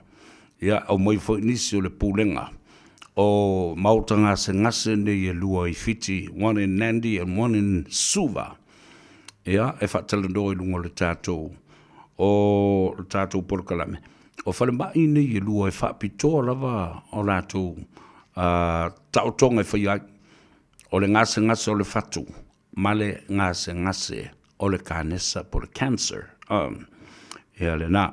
Whatalo whai lungo le tātou wapia wholinga, noa whaotaota, ia whapia whole tua whine ia 14 o Josefa, o G-Bird, talofa G-Bird tribe, o wheme ili kou au kengi. Pia wakuse ingo se gangster le ingo tangata lea unga sile, talofa lava mele whanoi le whaoseu, talofa lava watching you from Brisbane, Australia. Ia whapena fo i Moia L. Shepherd. O mano Paulo Fano, ma lolo soi fuamaruia, whele whalongolongo mai ai. Whatalo whātu i lau soi a Tofa Moors. O mai le whatalo wha i le tamā. Ia le sunga ia Hans Webster, his lovely wife and children and family, listening and tuning in all the way from Perth in Western Australia. Fatalofa to Hans Webster, ia se isi teimi mawatu se avanoe. Fai se tala. Ia, ono lea fatoa. To i tonu mai I Samoa. Ia malefa moe olo o manuia oe. Le to ina, Hans Webster male ainga in Perth, Western Australia, in uoto is full malevalu minute o na tā leo o leitu la e wha. Sa mawa yatu male totoa I le usui o le fono. Fa malo usu fono I le palemene o Samoa. Ai mau se fo I le tūlanga tā uotele. O le puipuing o le tāua o le tofi o le mauta. Ma le nufo Samoa. I lau o fionga le whongftelai. Ma lo lava papale ma lo fo I le ono sai. Whaaftai le whaatotoa o winga nao le tamali. Ioe. Whaaftai fo I lou ono sai ma le whaapale pale. Sa e sao noa ai o le tama matua. Wa e sao noa wha le tama o le pale mene o Samoa. Ioe, momomo le loto I le wha longolongo atu ma le vava ai atu. Ia e mai se foi o lauang au ngani mai. E le ngata I atu I le epa. Ai mai se sui usfono uma o le mauta fono. Awa o le mea lea ua mai tauina. A fio palau vale are tangata la tau palau vale. Wale ai se mamalu e tau mawhai I ai le whongftelai. Ina ia tausia le nā mamalu. Ai e tau solo mua I sui o le mauta. Lo lātou leo stai ma ana I tu la fono tu mau o le mauta.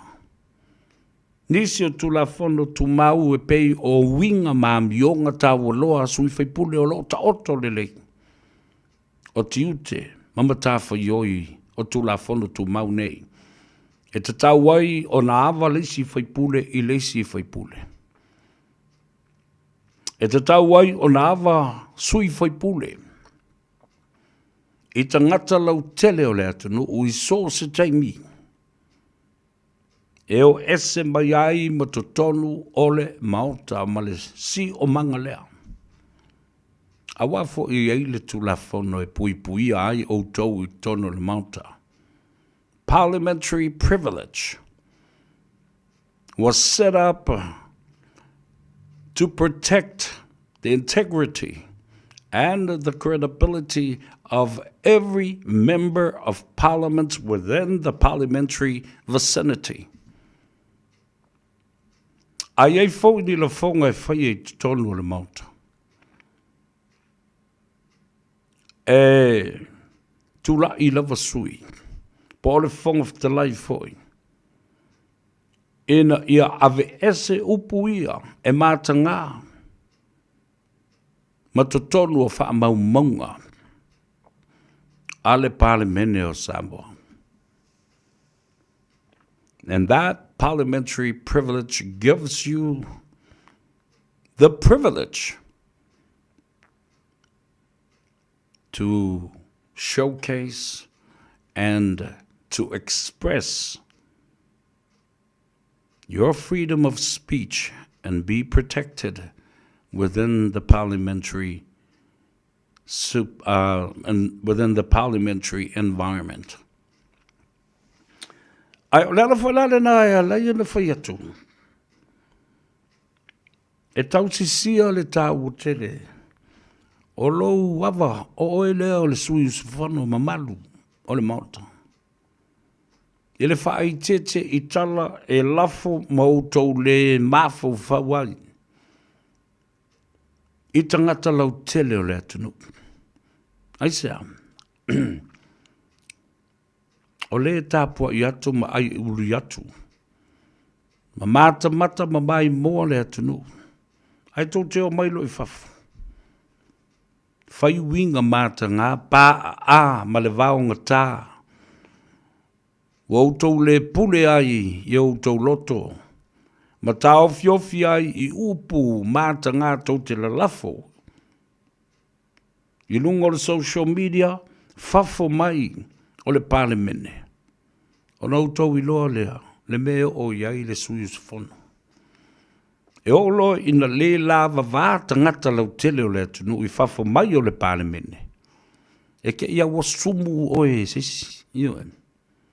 Me o le li la lea o le faiso o tele lana mea lea. Sumu lo ma oe. Lea la iuna te talo atu i le atunu. To apea le tai. Tau fiofi ma mau le maia ma lava papale ma ono sai. A wafo yo i le o ilo atu ai nei. Le pepe mea tele o le tau wha. A se fai pule e sau i fafo. Ma fai e ni la fonga. Ma faa o ngā ai le social media. O penga ta fai langi. Tasi lea ma ta upu nā whea. Ele sau noanga. Tu o malu ma le tu o lalo. Ma le fau tuanga na au mai e le fonga fitalai. Ina ua mai a le sau noanga wha min star a le fionga le li pāremia. Na tula i ai le fonga fitalai. Ma whata oto ai loa le sau noanga wha min star le pāremia.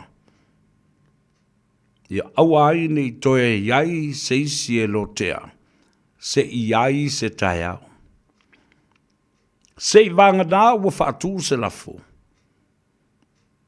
Ai lango ina e stangata. Ona iai lea o le whaata taunga.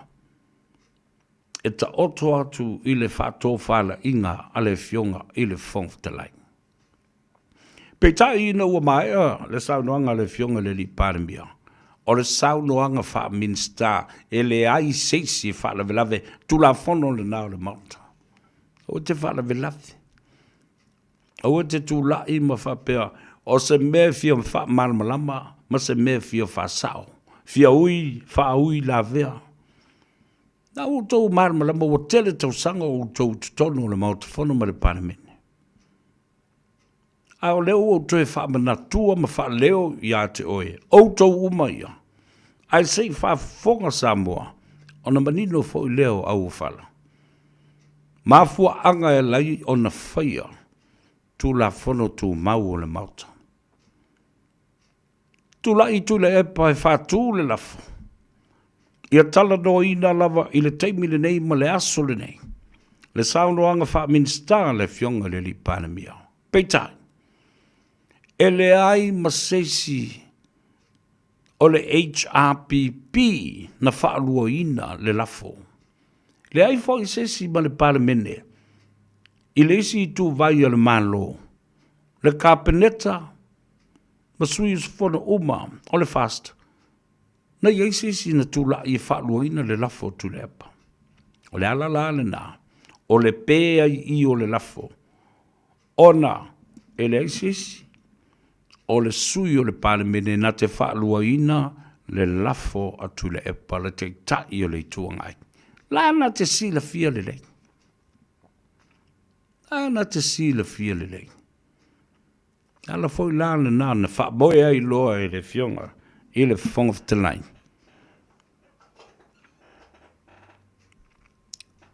Ma le talia ina le lafo wai le isi se wha tutuina. E wha lua ina. A o upula ia na la lafo le whongaftalai. Ele manuia. Ma ua fai so o ale tala lea tu le epa. Ua poloka mai e le whongaftalai. Ma tau fia mai e le whongaftalai le lato wai at tau. O ia ma le hero pipi. E wha leo ai. O lato fina ngalo ma so lato manatu. Ale tala le whongaftalai. Olo ia tātou tu la whono tu mau. E lima ta ina ai, ma ta tamai le tātou ngā luenga o le parlemene. A o lea walu tu le epa ilunga. O le social media. Ma wha leo ailo na le fia. Na whai ana upu ia. I tu tono le mauta. A whai. E poloka ma tau fia le lātou salo tonga ma le awanoa. E wha leo ai o lātou langona. O le a o i fafo. La lu wingo le talana. O le a o i tu atu o le palemene. Ma fafo atu o le palemene. E whai eia lātou whaasalanga. O lo wha winga le saunoanga le nātou lepa. E o e wha ngā le lātou social media.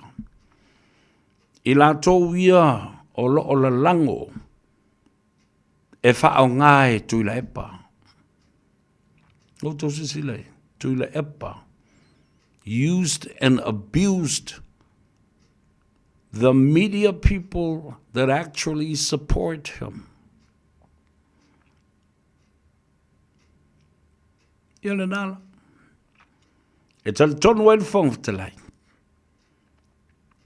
E leo se whai unga le lei lea. Ma se whato whala inga le lei lea i se tamao lea tunu ua lewa. Ma loa tau sanga i tu tonu le palemene. Nā o mea māta ngā. Ma whataita inga leanga ma le māta ngā. Ma le pōngi sā. O lo whaia le to ina lea. Lea lava nau tō whafonga iai. I le sunga ia muripola le fionga ia i le whongwhtalai. Aua ne ia vealo matua ma le umi ona e iai i se tūlanga whapea ma tofinga sa e tuai matangi olo ma e manatu ai ua e mawalunga tele ma ua e poto tele. Na, ele oni tala le i atau sa vea tala ia. A e tatangi tala nei talinga o tangata. Ma le whaafafonga tāpua i mai o tangata. Awa o le mea moni a le mea lea ua whai nei. E le whonga whatelai atu le epa. Au mai a i lunga. I lona tūlanga mawa lunga. A o upu na mo mori mai ai. O upu lava o le file mu. Mai fōringa mai ai o upu ase ta mā o lo o ia whautua ina ma o a i atu i lo na atali.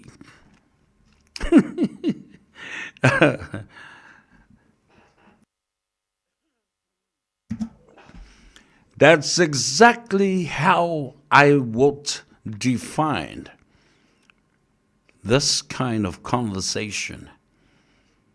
And how the Speaker of the House delivered his statement today to Tuila Epa. Ano au te langona le masiasi ma le wha maulalo. Ma o ta talo atu ai I le fionga le whonga whatelai, ma si atu lo lima, fia maua sina awa noa. Sina panga noa ma sina masele ua oula ngona lo ufata waa. Ma ua fesulu ai upu nei e pei o se pelu ua tui ai lo ufatu ma lo loto ma lo umama ma lo umafofau. Ua o matamuli ma o fasua tulia upu na le atunu. Ua o masias. Ai se I maua sina avanoa. Se iafe ane. E fai se fasifo ma se fa maua lalo.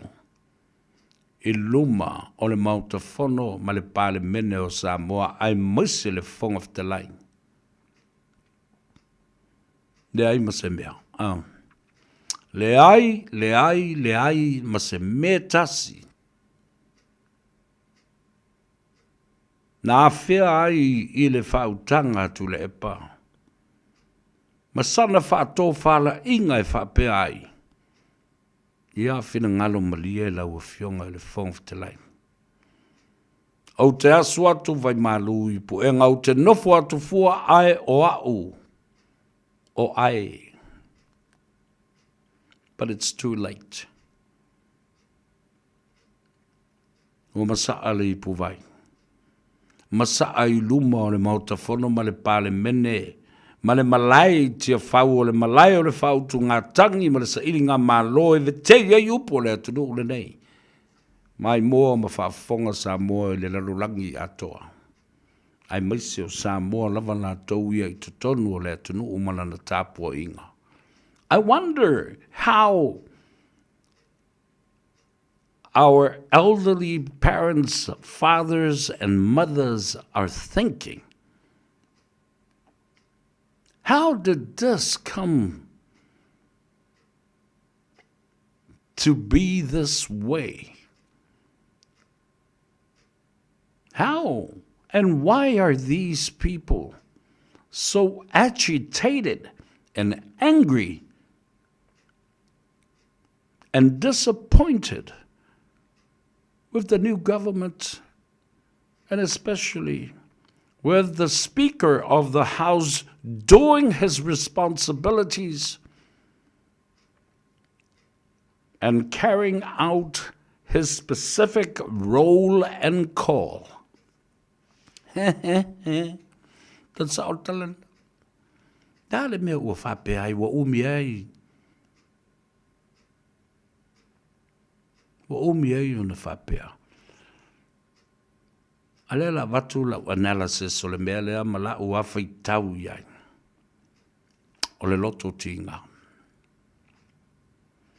O le loto tinga le nei e mafua ma iai mea umalava. O upu e whaleo, o tala e sau le ngutu, o amionga, o tua inga, o le fia fia, o le whai upu sā ma le palau vale, wa le tau fio fia, wa le lava o no sai ma lava papale, tasi a le mafuanga, whaia ina, wa le tūmalo. And Tula Epa will never, ever accept defeat. Le whātu ese. La sana whai lava I whea. A o sesi fwoi, a o sesi o tau nai na nofo mai le tu vaile na. Sui whai pule. O le hero pipi. Te whai se tau whautuanga iai. Awa o le maasiasi le nā. Na whai nei. I le a o inga ale whonga whtalai le te tai o le tuangai. Te ofo pēo tau le maasiasi a tuai mautau. A whai wa le whāto ese tu le plame o le whāto ese le sui te tai. Na wafionga le whonga whtalai. Salo iei se meo whale tonu I le te tai o le nei tū. Ai o te tūlai atu ma le nganga wharo alo. I lo mo le mautafono ma le palemene. Ma le sasao o tātou te tai. O le palemene ma le kabinete nei. Whaleo ai se nganga. Wha mau lalo ma wha sifo fo I la wafionga le whongwhitalai. Ewa. Ia wai tū I whanoi fo I lunga matula. Epa mai, whai a whantoe po oi la, po le whai lau tusi fo. Ngā whai lalo. E rei se mea la rua kau kakala I fo I o, le ilo nguku kau kala I o.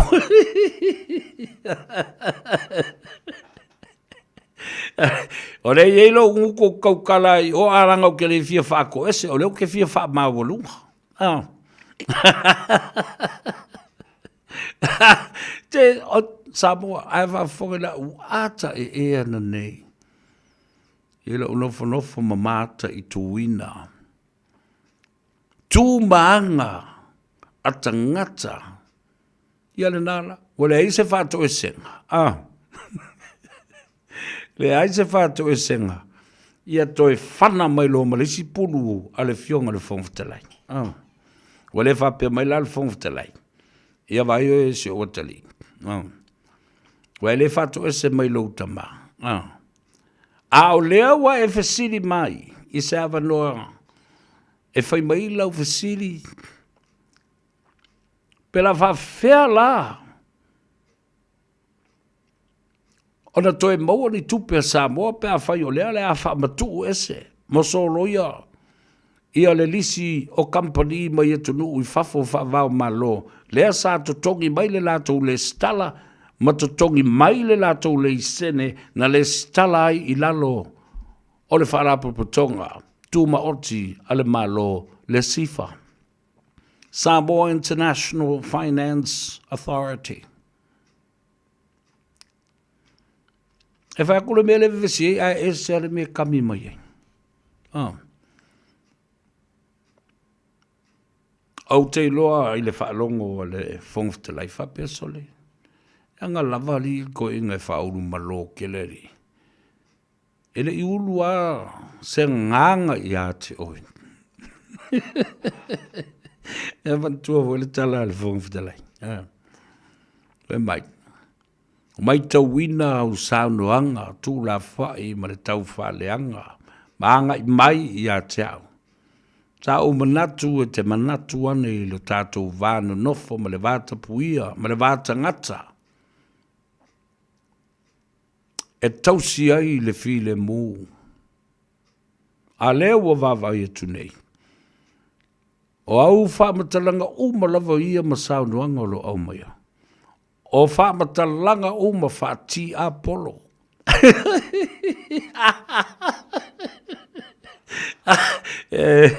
Ere akal whongwhalai. So le a o le malu i o le molina mai o le savali. Ioi. Ano, o te tūlunga o te whātu ese. Moli a. O te whātu ese a le o le nā. O te whai atu lo le whongwhalai. Laua whionga le whono. Ma oi foi o le pule o le pāle mene le nei. Wala ngona i lo loto mo talinga ma lo loto ma lo mafo fau. Upo lau saunuanga. Ma o te manatu ai, o te whasifo, ma wha maua lalo atu i lau whionga. Wha foi mai a upu i a te au.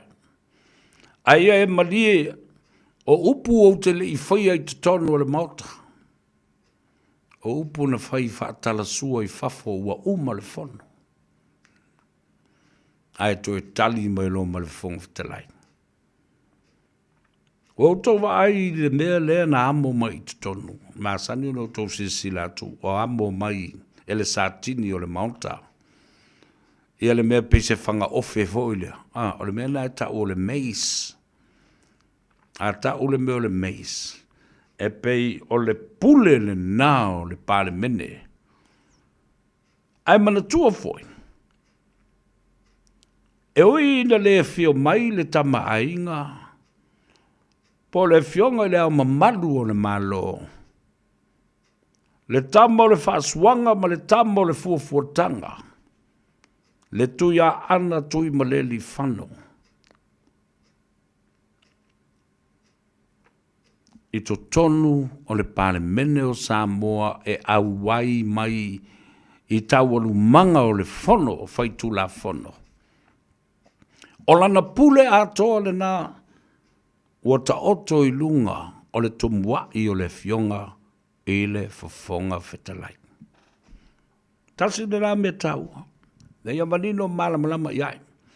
The head of states, although he doesn't attend many of the meetings of parliament or parliamentary sessions during the week or any other time, his whole authority is invested on the shoulders and the head of the Speaker of the House. Oi na le awai mai taurumanga a fontanga ale pale mene. It's also time. Wana pawa time e lua e fio mai ai. Ia le fionga i le au malu le malo. Na e sau le whawai. Na o le taimi lava, e whatau tō ai, se paia inga fau o le paramene. Ma amatalia ai sauninga, o le anga i atu i whono tanga ma aso whono mangaru e ngale whono, na pauale na. Ma le taimi muli muli e sauai, e whata ape se paramene, ua uma le 5 tausanga o le paia inga, a lea whainga malona tule mai. Ao le si taimi, lea na tupu nei, ia au kuso ma se tema, lua afe lua sifulma le 5. Na sau, ba fio mai ai le fionga le au le malo. Ua vave mai ele uma le tausanga muli muli o le paia inga, lona sifulu ma le fitu.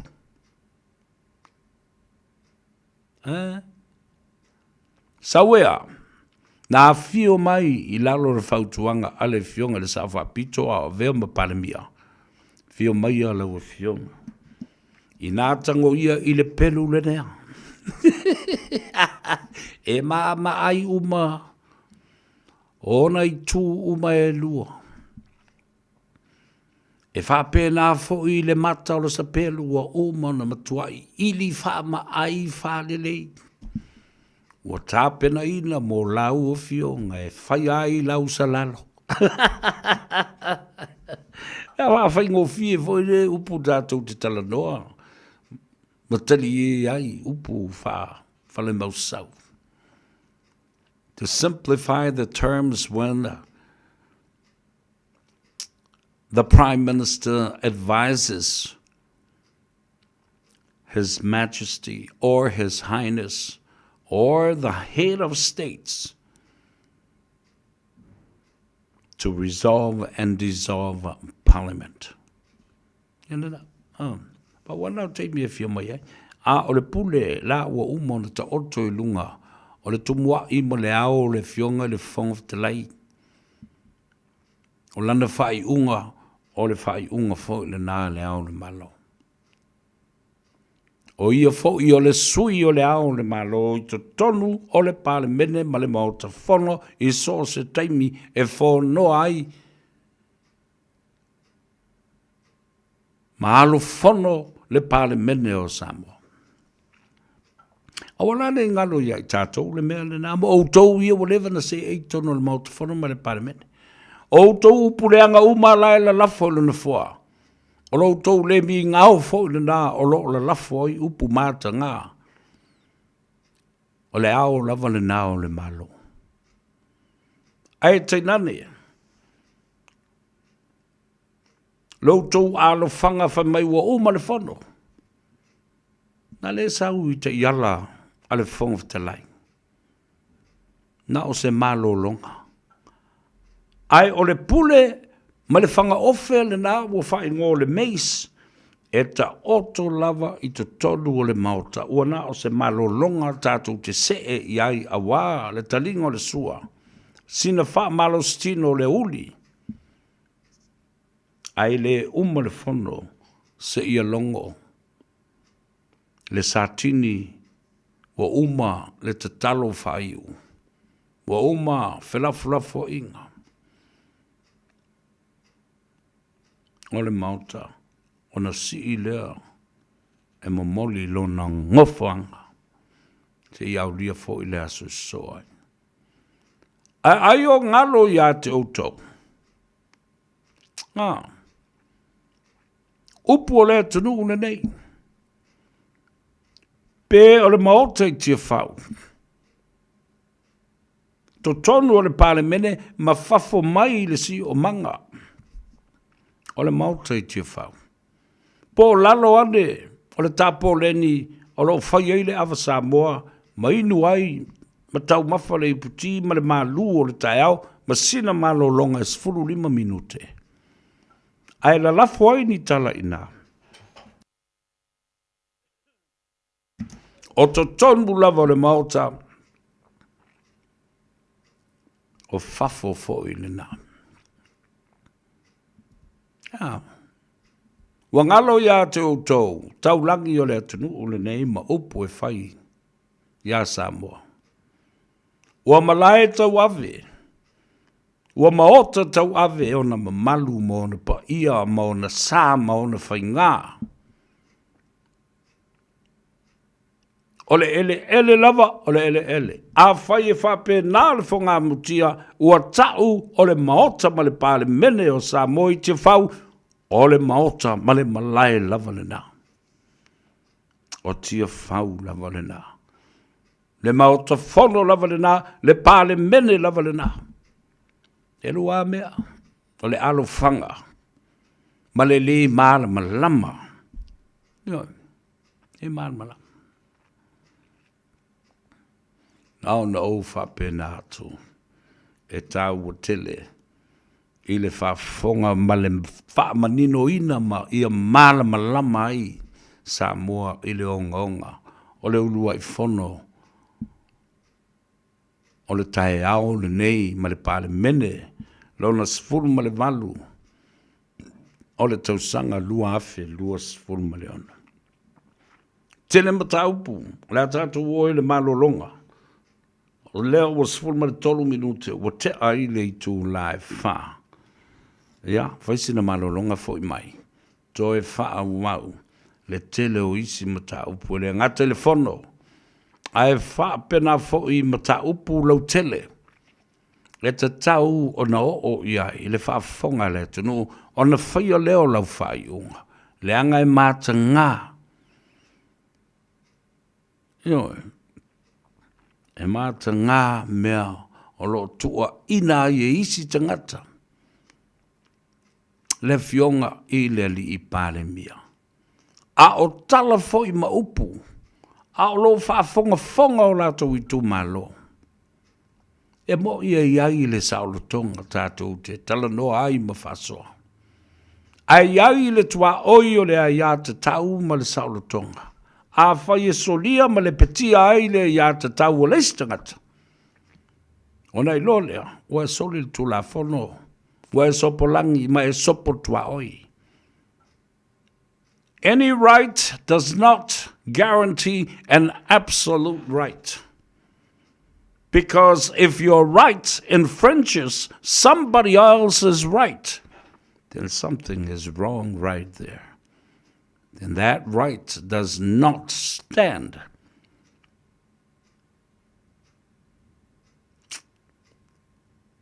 Ele ta uore mele na o lo fai mai o la wai a te tau ma lo sa lo tonga. Ea, lea ia te tau ma lo sa lo tonga e te soli pala ai. Lea ia te tau o lisi tangata. E se le tato mele tau te whasoa i tala ma upu. Wa ele whape o whale angata tu singata. Ai o lo whata oto le tato ma ta upu i ala o mea. Le winga upu, le winga o mea na lai na whai mea ia.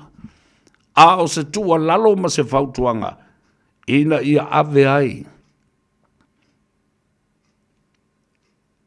Se mana malama e susulu i le pongi sao le mele whainei. Pule al tangata. Le kia i tu la whono tu mau le mauta. Le kia i le vana nofo i le matai tusi e lua. E ma lepe ai. Ma masofa le wha masofa. Le whale ali i o Samoa. Na le lua au le taunga i o na tausi. Le ala matai tusi mua o le vā, o le vi. Da le si matai tusi. O le a ea.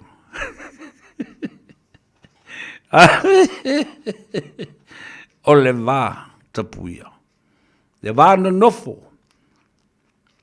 Le vā ta ngata o Samoa. So le mkwa over kiri so le ko fa mauru lungari.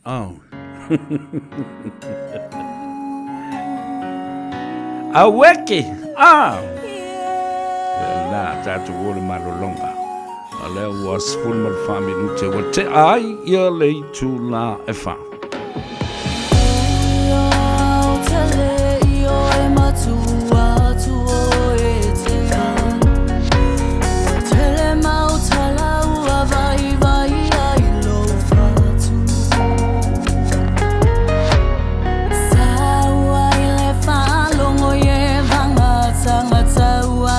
Ma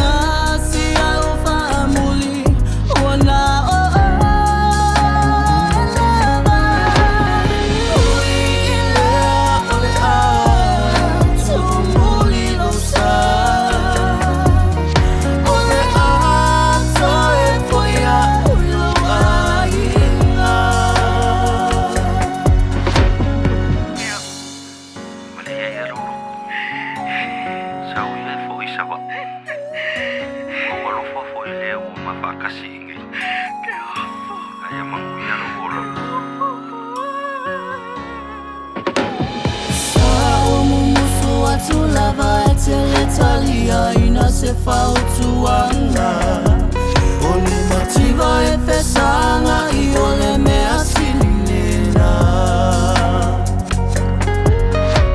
O alaba ole la lola ni ua motusia I o mafutanga Mane bilo imana tuoni au fua fuanga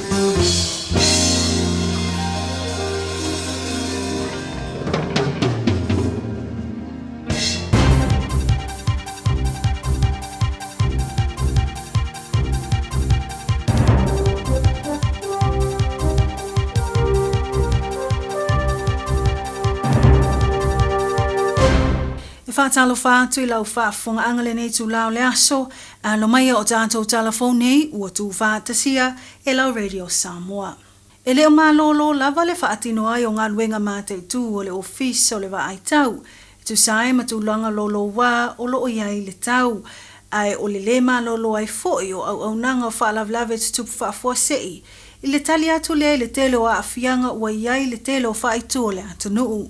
Ta awai reporti ma le New Zealand Herald, le wheta ia iai o whaaitu ma timunga mamafa o savili malolosi ma nisio I tu mātua North Island. Wa moli mawina ai le whaatitele ino le lolo wā o le tau. E peo na iai lo longa mwhaalenga inai le telo whale manofanga ese. O lea na le mawhai ai o na whioa I ta avale I le Auckland Harbour Bridge. E silia ma le lua se lau a inga manofanga o whaamawina le mō tu si o le Letise Northland. E peo na maua na mō tu si mai lava le pōle asonga fua. Ina ua pā uula au ma whaalenga inai pou e Letise.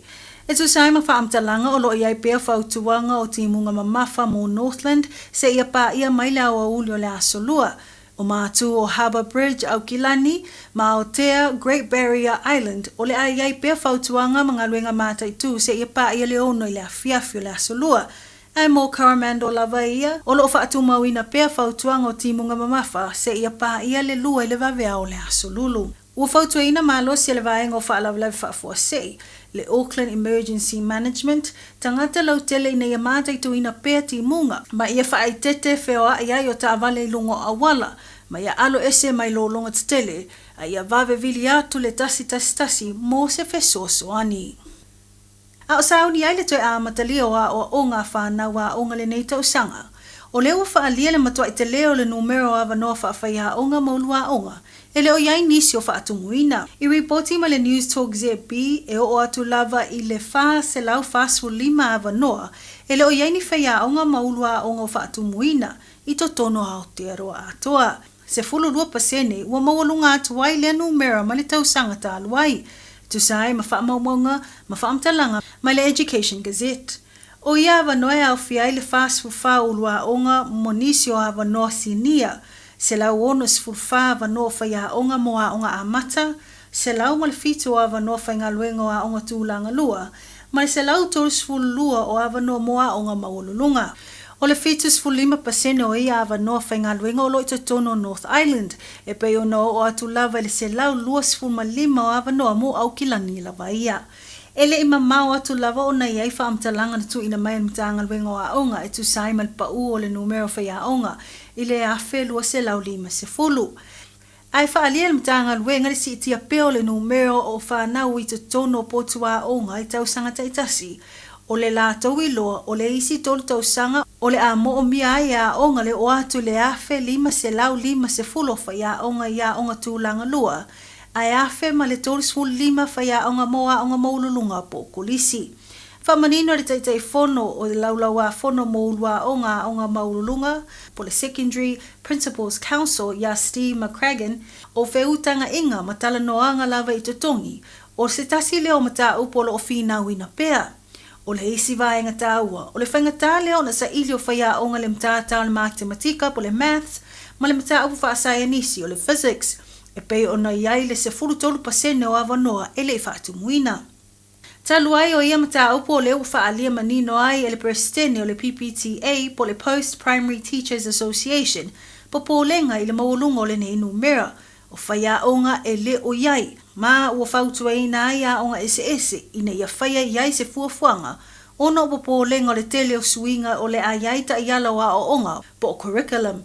Ai ui I nei whaafita uli o leo u whaamanino e tai ma le tele o a onga lo lato ngā lulu e pea e tu ina atu le tau au whesoswani mo nai whanau a onga.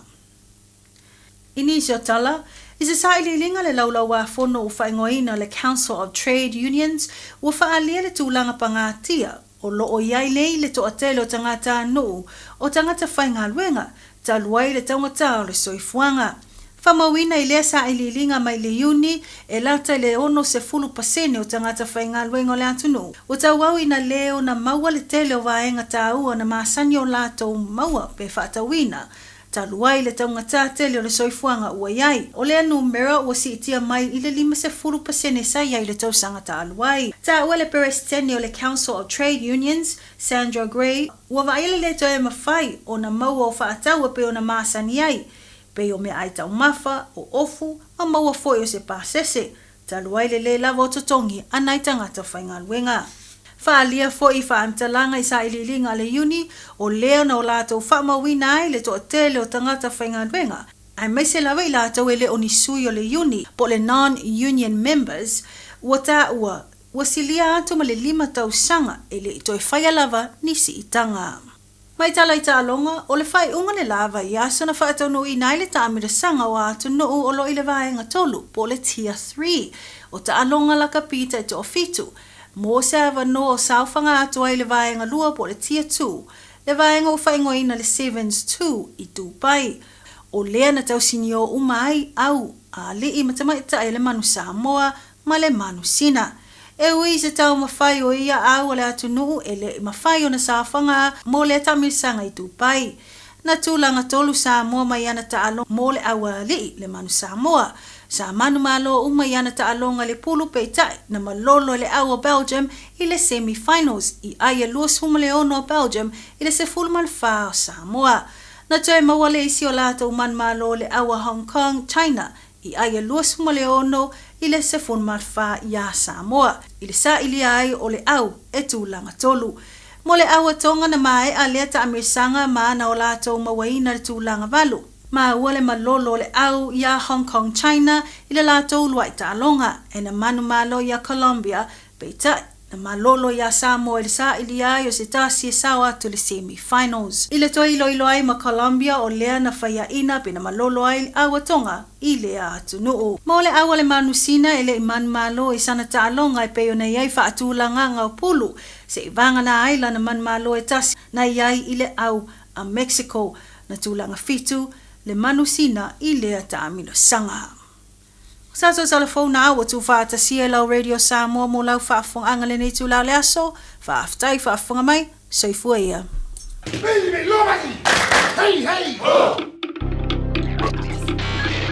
Tasi 5 i watolu amo. Radio Samoa.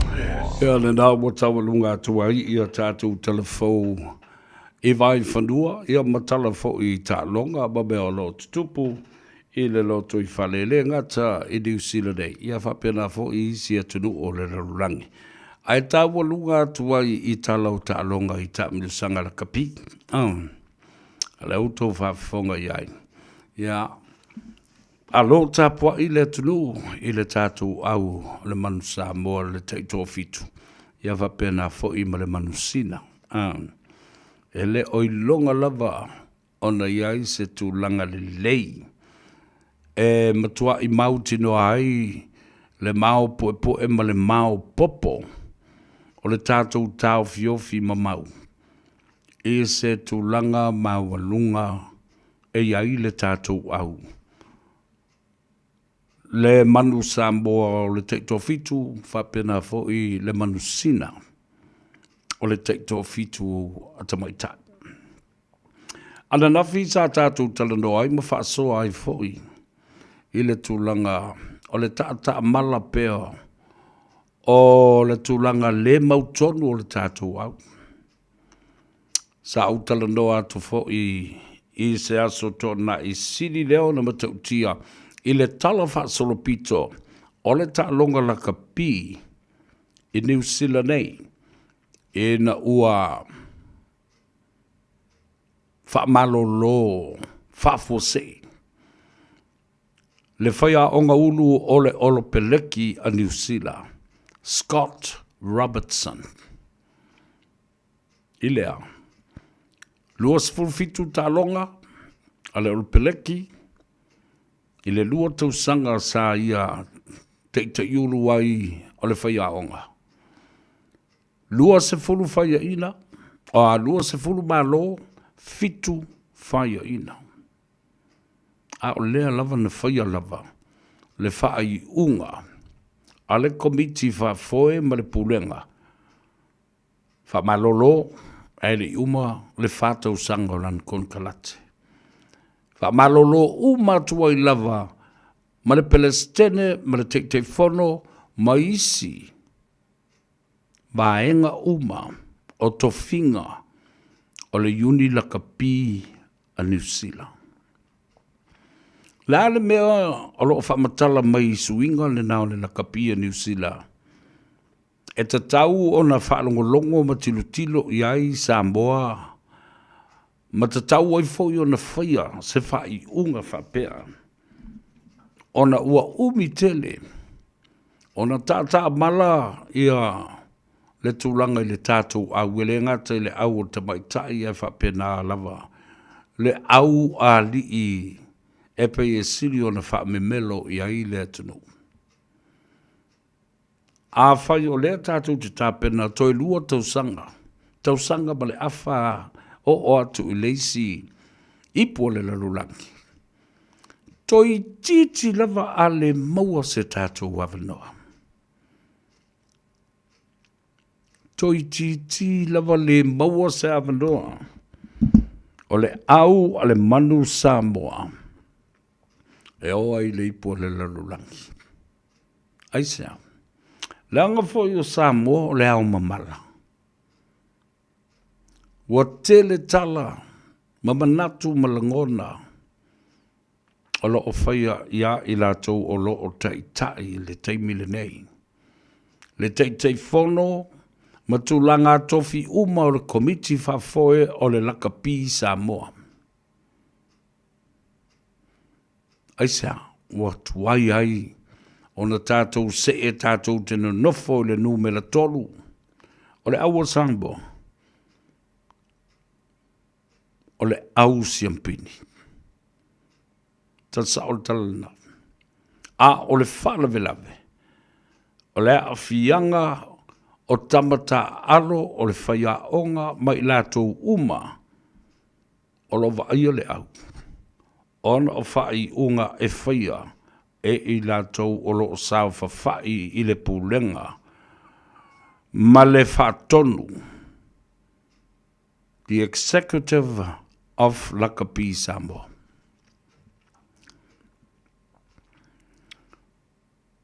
Le whapela o le whaia ino le tātou awa tuwa I la wali I ai o le mea monia. O I tuwa I e tuwa I le administration. Ele na o le ta alo tama ina ia manu malo. A o mea uma I tutupu mai I. E mafua mai I le administration. Telefoi tala wheawea I le batangi. Ma mai tau watu foi. O lo tula I mai nisi o le au whaasa le lau. Lātou te puni maufi wha manungase. Ni wha le tonu. O lo tua I ai le te whono ma le pūlenga. O le lakapi Samoa. Lare me tātou te oa I fua pui na wani ia. Wau tau sanga o tū mau le tātou au whapenei. Ewi ele au maia ni lipoti.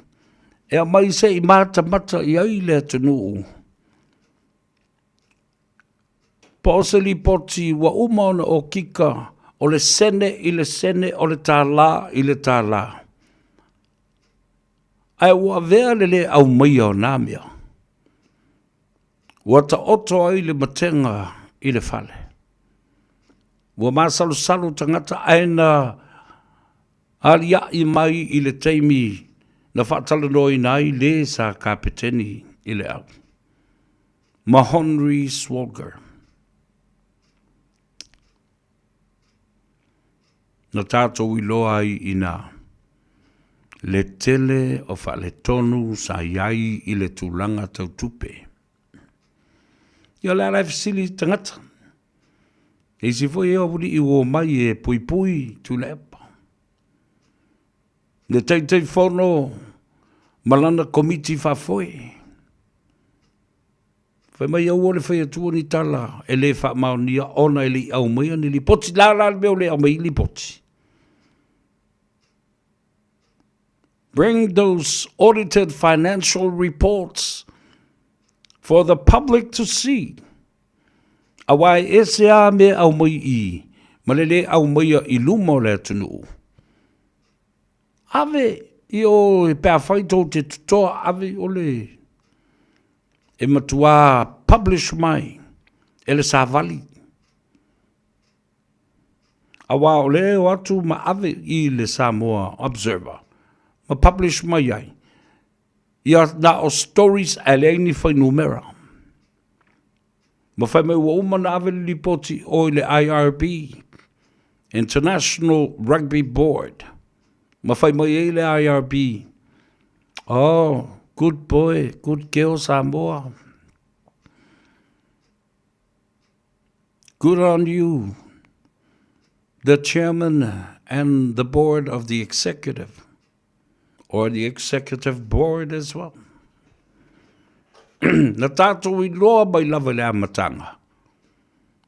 O tupe lava na vevesi ai.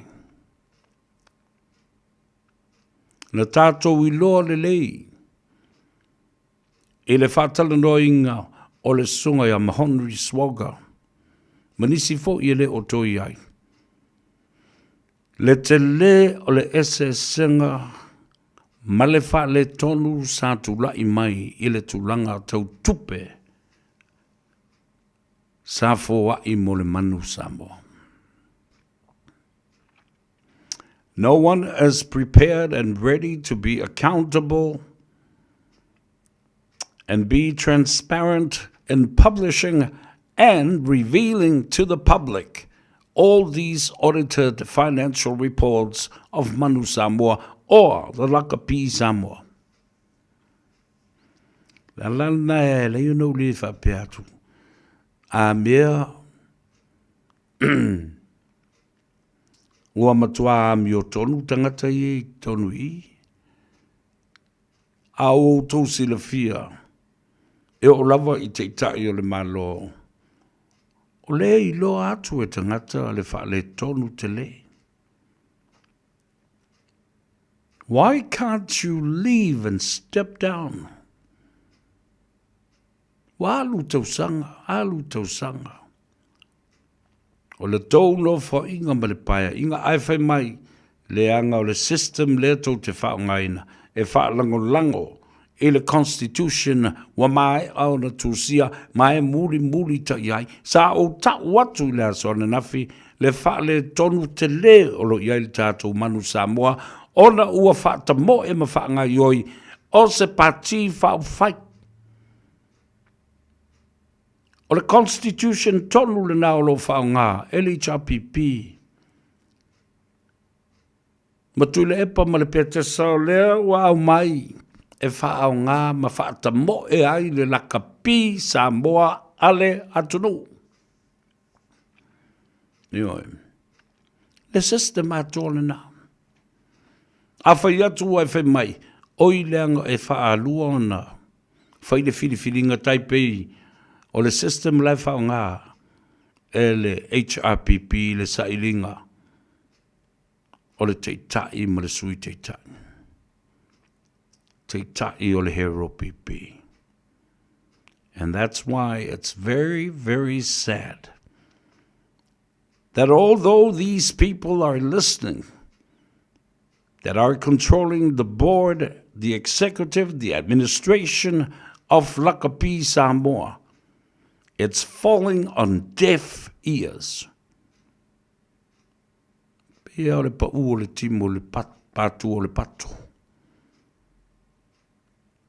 O upu e whai atu, ai le wha alongo i a wai wha talinga tuli e whai pe pe le fia mana na o ese.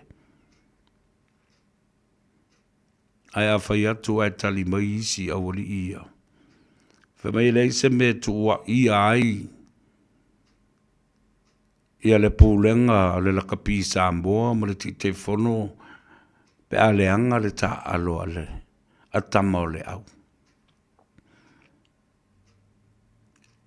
Palongo lele. The ripple effect of this kind of system that is used to control political parties is now being used to control Lakapi Samoa. Why are these people in the administration, starting and including from the chairman? Why are they running Lakapi Samoa as a political party? Stop politicizing the sport and the game every Samoan love. So ia le whapolokikia, le taalonga e pele I loto manganga o tangata au te ofo.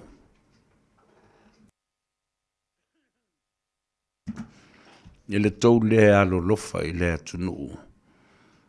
Ma tau mawhau mai I ai. I le tangitu I lea tunu. Whamawai, walk away. E lei fo I sisi e toi su ea nā mea pe o le mele na whai nei le forensic audit. Ai mau ai fo e tele mea wha le tonu e te tau o na tui nātu le ofisa. O le lawyer sili. Ma le ofisa o leo e te tau o na whaia I ai. Ni suenga ma ni morianga. O le au whai mea pi o ia na I ai te tonu. O atu tu stala ma leo whaasala lau. International media focused their attention and descended upon Samoa's rugby. Aya, John Campbell Leo New Zealand. Well-respected journalist and broadcaster. Fetuli na isole alae tuli atu lava. E John Campbell. Feita toi titia la vele lima male ulu o John Campbell. Ina ua ato e tui la epa le faitu to o lana van. Ua matua I to ta mai maita. I le fesili, maturi fesili atu pea. E John Campbell. O mai, leo whasalalau mai au setalia. Au atu o ai tuli I lesi. But I don't know where the money goes. What money? What money are you talking about? Oh.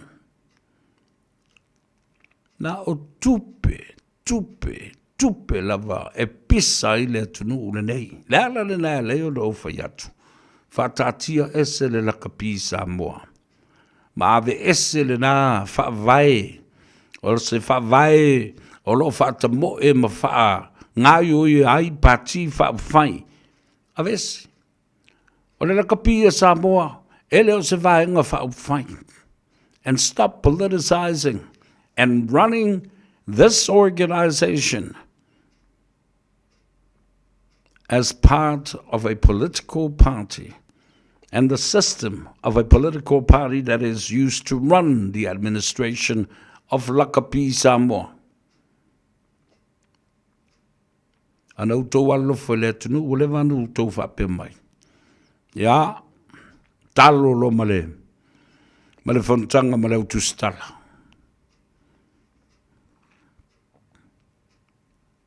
Whai lo male tau press conference. Tau te whaafetai ma whaato ese ai.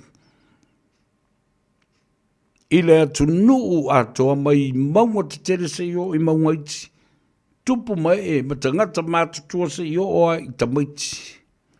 A wātou te lo le leile mea na tupu. A mata mai le awhewa se lau iwa se folo. Wa tāpena pena ai le aua le atu nuu. A le stupe.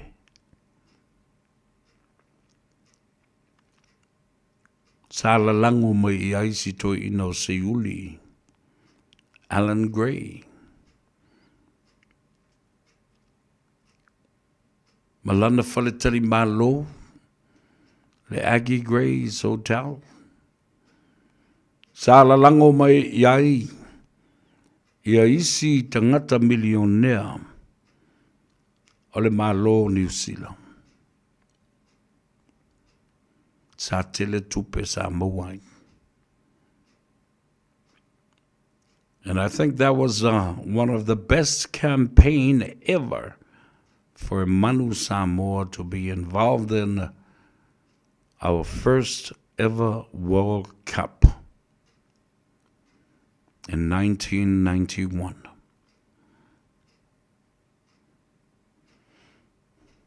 Le wingo le tala na le rebel effect. E a fua mai maunga le manuia o se nu. O le tainga, o le tei fono mai lato umolo iai tulanga tofi. O le maunga le nā. E tafe mai ai, wha marianga ma le vai tafe, e inu ai tamata alo. E inu malie ai, le vasenga o whaia onga o le tātua. E whape nā fōi le pūlenga ma le komiti whafoe.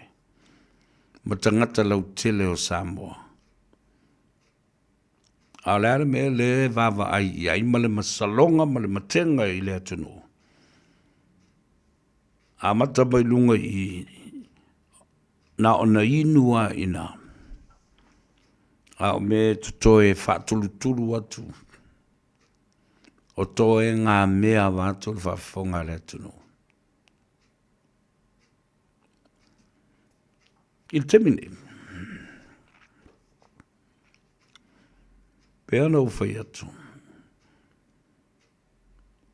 O le au mua le nei le matautia o lona pōlenga ma le komiti whafoe. O se ai ni au fai upu fai o malo. Le au fai porkiki.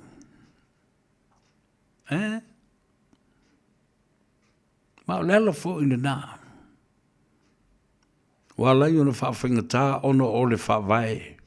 The Constitution that was written intentionally with the mindset that the government cannot put his hand in there and be affiliated or get involved with making any changes to the board of directors and the administration.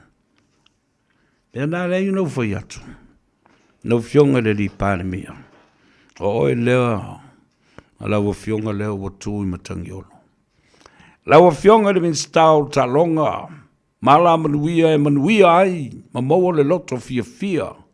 O tangata uma o le atunu. Tūlai mai. Lawa fionga le official lo i sili.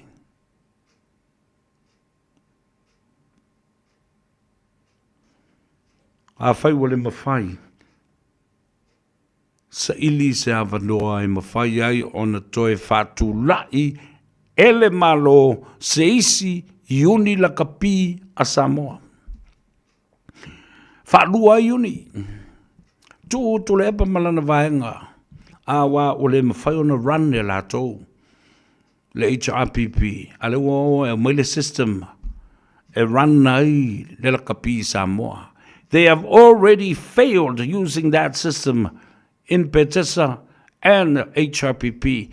So why are you bringing the same system to fail the sons and daughters of Samoa that are putting up their lives on the line? Tautuaile tunulene.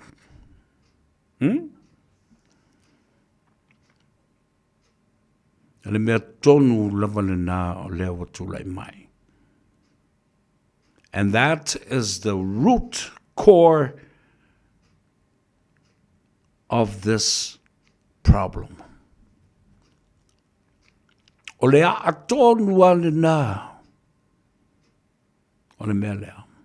Ma o lato uma fo I lea o lo se AIE. O lo mawai o lato a launi te tele. E re ngata o alauni e maua I tonu. O le lakapi Samoa ma tupe I e mua au mai. E mua awhai I le iwi o tangata nei. Whai o lato tongi, whai o lato alauni. whaamalia I lātou o le se ei te tonu o le pūlenga. Ai maua mai fōi maisi o lātou alauni o le tupe au mai le IRB, the International Rugby Board. Whai alauni o tangata nei, au le tupe Amerika. I wa lewa na o iei o susu enga ma mala malama le le iai le mea le nā. These people fill their pockets first, without any courtesy and kind consideration of the many sons and daughters of Samoa. Whanau lina le Samoa o mai e tuatu o lātou tauau. Tuatu o lātou tino ina ia whaamanu aina. E osi ai le taulanga ma mamori le fu a Samoa, i le lalolangi atoa. Aia, e whai maos taulanga. E whai ma ave fu a le atunu. Ai whai ngai elu iai. Ana le tula I mai nei le whai ngā malo, le whatutua I le tua Samoa o tasi. E le whata o toina le porokalame o le insurance. Nā le nāmea.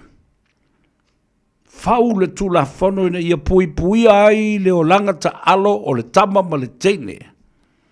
Ma so se ta alonga o lo o lātou a vea ai o sui ma morifua a Samoa. Ma mau ai fo I mana I whaamrianga I tupe. Ai o le mea tāu o le pui o le o langa pēa uma le tālonga. Your post-career finally comes to an end and you are badly injured, unable to run again, unable to play rugby again. How are you going to provide for your children and your 2 or 3 wives? Yo kala fui ka ku kalangon kari. Au mai nei la le taimi wa e malolo retire wa le mawhai. Wa whaamuta. Lo o langa ta alo o manuanga wa le mawhai ai o na toetalia ina oe. E se kalapula ka pi. I se koni ka late. Your physical strength will be limited. Your chances of winning and signing a contract is 0. Alava whela na tausi. Ia, lau whanau uri tō tele. Ma lau tō lua, ma leu so lau tō lua. Eo tātou tali e whātātanga la whonga. Ai sui tonu ale mata o le matau pulea. These are core issues that are very important. Ta ua lato. Nela ua whaile insurance. O wafe atu I o le tau mesina I le matou nuu. Tau mesina Island Resort I mota. Ai mātou whiloa I male sunga ia matamua. Filippo sa ena. Whamai le ataua. O lewa no fia sua ina oe. E te whesoso ani mai po le ase a wala. Ia. O whatolu na avela utusi talo sanga I le uni. Fia maua sona avanoa I le pulenga o le au o le lakapi uni ma le lakapi a Samoa ma le au o le manu Samoa. E watua e funfa te ena. Ai sea. Nā mo le faifa le e alo matama whanau o le atunu. Sa tauti ngā ma a watu o la tautino loto nganga ma le mafau fau ma le malosi. E tā alo ai. Whaalia lo lātou loto atu nū mō Samoa. E lātou nei o lewa na tatau o no atu. E leo nge tama le atu nū. Au le tō telefoi o nisi o I lātou. Sa ta alo, ai o lātou whailonga, mawalulunga, i le tula whono. Some of these players are lawyers, psychologists. They are coaches in other countries. They are fine, qualified administrators, business acumen, qualified senior accountants, business people. Ana le whaia le whaamurianga lea. Mō le tūlanga o insure na iuso. Manai tō whawhine fōi. Ia lātou manuanga. Wale mawhai e o na toi tā alo. Mataliaina i lātou e sainia ni kon kalate. O i lātou lane ua tatau ona se to the administration level. Aia ia fui maono lele sa polo. Tasile nali ilo ia. Ea le uso ia tole foa. Aiolu potea. Andy aiolu potea. Le uso ia au mua kini vaenga. Le tō wha ia au mua tō o vaenga. Le sunga lauli po le fionga ia moangutia. Tautai toko to whaiono. Wewe le maulungo le ngaluenga alo uso ia lauli. Moangutia. Tautai toko to whaiono. Ewi nālu le world chairman na fōwha tawalwale. Ale mawhau e masau le lei le whato whala inga.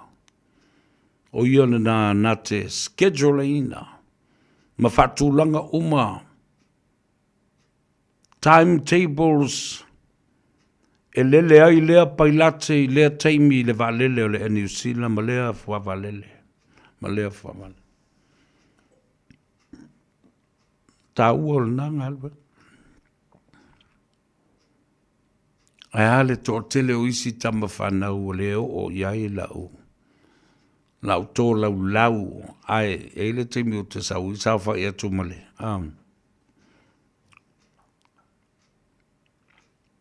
Male lisi o i lato. Le ane mele toi o ai tasi lava. E whesilingia le sunga ia lauli sa vai. Tupai Michael Jones. Sir Michael Jones. Lai mongolo manos, sa maa whiloa i fōi. Ma le sunga lauli. Lua vai aso te luaia e o tele i malanga i Samoa. Awa o le paanga tō tino le uso mamai. O lewa fōi ona mata alo whatasi le teime o a onga. E le kolisi mawalunga Henderson High School. Tele o tausanga o mawai. A malanga atu fōi Michael Jones e vatu le hale coins i Hawaii. Ai o kapiteni mai le aua Samoa ma le teito fitu. Ma le tō sifuru, ma le tō lima sasa, ili ai le au, ale a eto e au mai le afe, iwa se lau valu sifuru ma le fitu. I le Uruwai, World Cup na whaia i New Zealand. Ana whaia matala. Ma le sunga le lauli, Sir Michael Jones. Na whai. Tele a mea lai o lo involvai le lakapi, ai tele fo i mea lo involvai i ana pisinisi e maise fo i o le uni, la kapi, ia ma le moana Pasifika. And I'm sure the brother still has his heart in rugby, and especially the Samoan rugby. Mau tonu foi. Ana whapea, ua toe tali watu, e tui whaasina Sir Brian Williams i Samoa.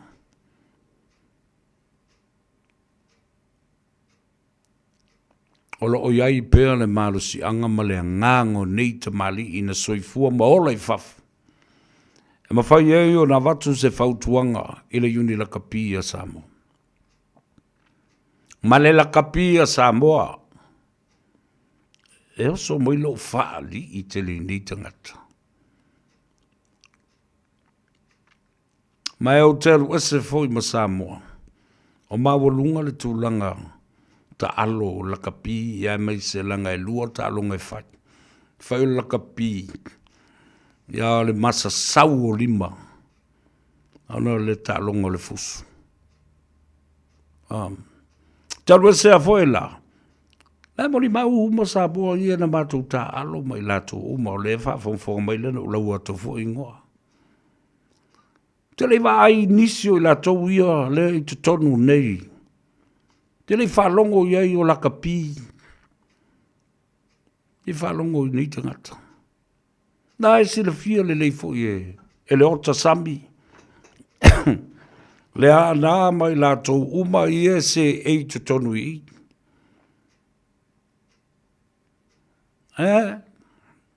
No le lei e tama mātu tu o lea o lo whalongo longa mai. Ava pela, ia, e oi, ia, aiulu potea. Andy, aiulu potea. To o vaenga, le sunga ia kini vaenga. Winston Meredith, le to a tele. O le mātou vaitau, nā lele whawhongwhonga mai sunga le to ina ia ma whalaturi au pupu lima. Ma te tā alo ma lima, i le au fili a pia, e sa ili ai, ia le au le manu Samoa, le te tofitu o skopa, ma le au fili, ai malama le le ia. Ala e nāna o sa i fo ia o la tau langa e te le malama le sao sa fai. Malau tilo tu tangata i e pisa o isa o le anoa ia. Whape atolu e ile tae au mo le teimi. O te tau wai ma whapea i o lava fo i lea mea wa mako. O lava le tau sao, whawhetai. Lo tau sao i matau. So le au tangata foi. O le meo le malolo mo le fai ai longa na teia ina. Lo mauru ma lo fata ma lo tau au. I se pue. I longa o se malai la kapi. A le faulu ma lo ai ai te tonui.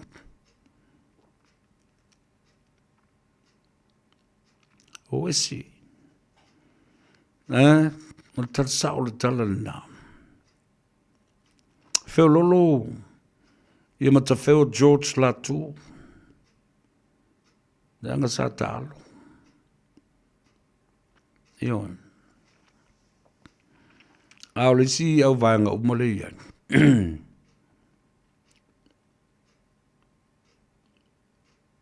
Yale na. No. Au le mal malamba. Le lopena la kapi fea a fai o mai a mai o lato administration qualifications. Ana mai foi la e whao ngā le o lato tiute ma o lato to mai ia ma ngā waa e sefe ai le tupe ma tau fiofi ma mau ina ia mau tinoa o lo whaalua o ngā tupe. Se manu tato te leso tupe. Ai o le wha wau peo no tau te i le lima o le malo o lo o tau a ai ma whawhanga ai le uni la kapi a Samoa.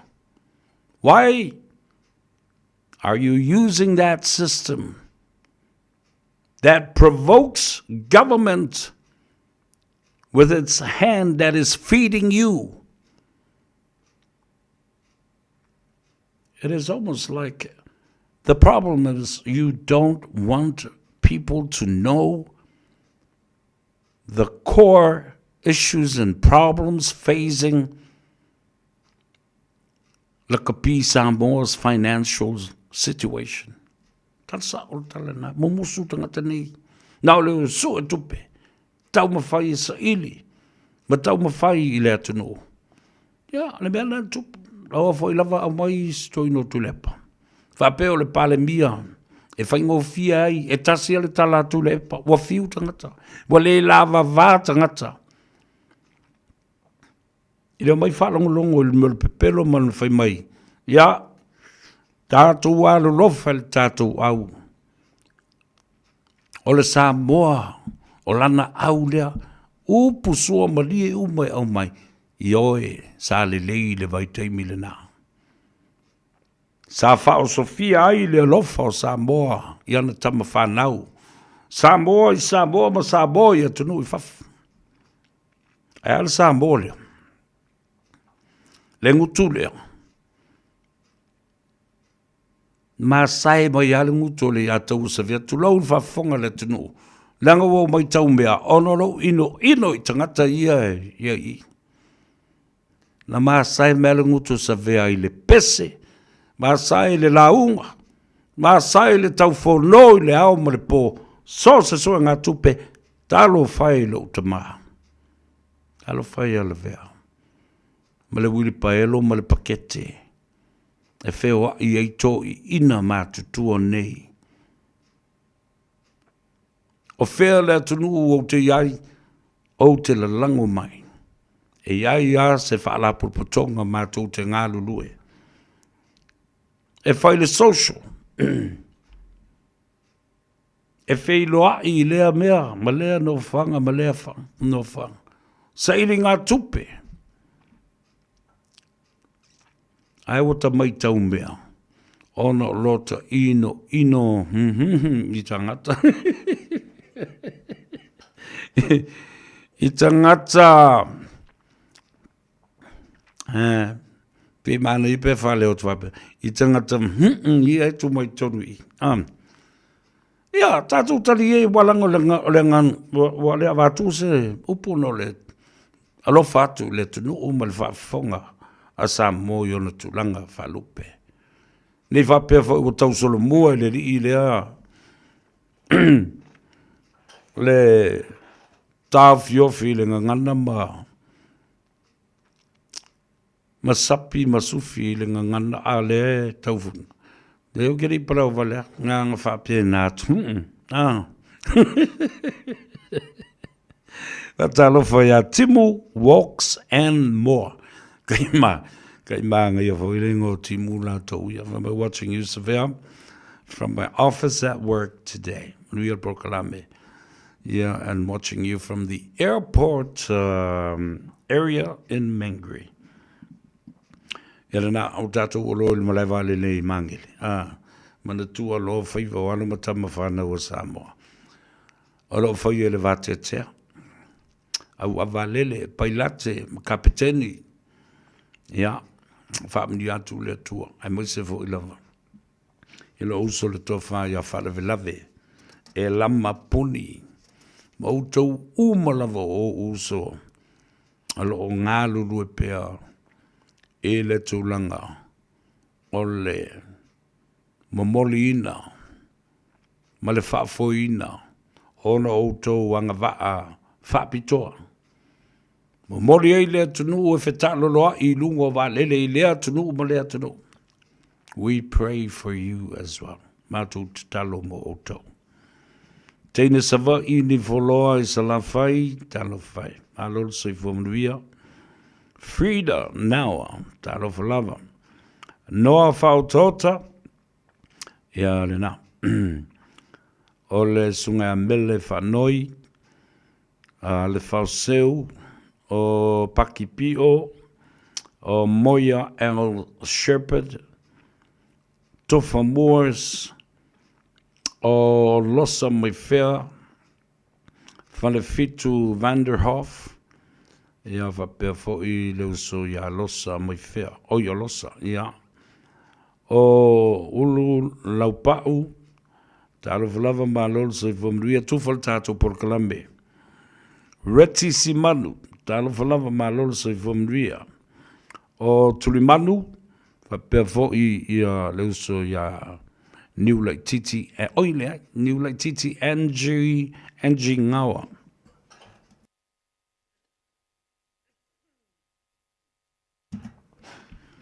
Watching you surveil from American Samoa. Ia, whatalo whatu i tātu wainga, e le motu tua oi, e tutuila mamanua, America Samoa. Congratulations for achieving one of the milestones in your little country and the territory. Our brothers and sisters have now launched the Levasa submarine cable last week. And it's wonderful to see that you have decided and accepting the private-public partnership venture. It is a private-public partnership venture with the biggest company in the world in terms of technology, the Google company. Yeah. So Google will provide the search engine and also the underwater submarine cable to make it easy for us to communicate underwater submarine mo fesota inga faftai o te lofo io o mai le na foi famnianga mo le tato watunu pele Samoa. Fatalo fatu ya Susana Lui limatasi fitofa o le Frida Nawa papea foi a Matalena Schuster talo falava Femai. Oh, congratulations on your 2 sponsorships from Bulaland. Your great efforts always pays off. Prayers and blessings, alofas from Brisbane, Australia, and also Gagaifo of faiva. After tele lava Matalena Schuster. Hello, le soifomria. Ya, fatalo fa polonga le upena unasa. Hello, le ngā lulu le nei aso, leo wawa atu a 2 minute, leo o te ai nei ia le tu la elima. Ese le vave le alo le taimi. E umange le kaimi, e le I kai lewa, uma mata upu o te fia talanoa iai. O mai leo lau whasoa I lau whanoa no tele I le aso nenafi. O tau nuu, ai ki Fole TV, ale matu wainga. Ai whamai le tala. Se I mata I fulavo I le tala noanga. A le tama lea o kanata. Malana tama I toi ina le ingoa ia fetu mai fea. Fatu tasi atu ala ina. Pamalulu atu. Au tele imana o whai se tala ai umusuia wele nganga o le tua. E te tau pēr o na whailo e le whangatia. Leanga e tele mea ia e a fia e le tala noanga lea la wuli ia. Peini tala noanga ni ta maiti. E le malama. A o upu foi na whaonga. La ngona I le whano noa. I le tau whaatau waaina. O tai o le tātou o tunu e meise le palemia malana whainga malo. O le whainga malo lea Samoa. E nofo atu I nei le tangata le nei o kānata na uwhai atu iai. Sau sei whai se tā tala o na whapena lea. Awa le mai mau I o lo teibi tu toi tala noa I nei tuai tanga, tuai ngata pe a le mawhai on a sau. Why don't you make the effort to come and fix this for once and for all? O lo tangi mai ala le toa tele, o nai a inga, o na o afianga o tupe. Na paela I ngala tala leo whautia toi. And I'm asking all of you that follow this clown around, tell him I said to come, patch things up, bring your story because I know your story is crap. It's BS. Ea umana mai le tala. Te whai mai ua umana whaila mea. Ai le aise mea na whaila ina. Alo whanga masi o whamai eile code number I loa ai siaki le mea. O le tala ale Immigration Australia. Nothing. Mai esi le fio le leikan. Nai te loa le mafuanga o loa lu ese mai Australia. Mai le tai e mawhai ona e toi tu vae ma tu lau ele I Australia. Te le mea iau te nofo ma whaatali tali se Australia. A lea wa whaatu e toi. O lea lau mea. Wa le mawhai ai ona. Why haven't you fixed this problem? You know so well. You will end up in front of my table. And I need to do something to it because some of these people are my friends and some of them are my relatives, blood relatives. Uso. Yo. Alala le nai ala no. Avatu le tuala. Ai, ole lua tal noanga le na fai mo le to ina le. Mo tu vai Samoa. O te le tau mai o tau sanga. O le tamai to ina le tulo wa whame o te umalu matua. Tulo le swafa ma o le tau langi. A wā, a utala noa foi, o le lino mai awa. E I ngafa ia, o mātou ainga umalawa ia. E mo wai, so tanga, e le te umalu. Au te le tue tau whai atu e le mea na ane meo te whanau noai. O le whai mai e matua, a leo whai atu. Mai whea lai titi. Whalongo mai, tulou lava tau langi, o le nuu ma le afio anga. Maswafa ma mamalu o whae e o tau au. Ai ua matua I mai tau Samoa. Ilo mae a. Ma le mingau, ma le mafufau.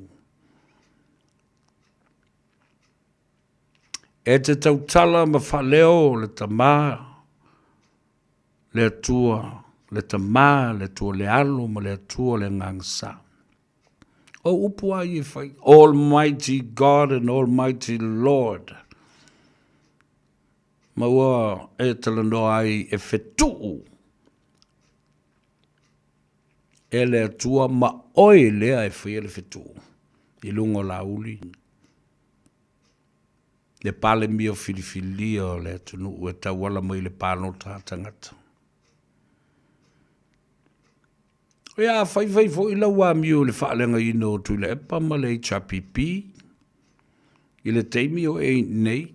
Ne fo isa whai le ia lau whaato e senga I lunga o le Samoa Times. A o avea o le whaato nusili o le newspaper. Lea iei kopi.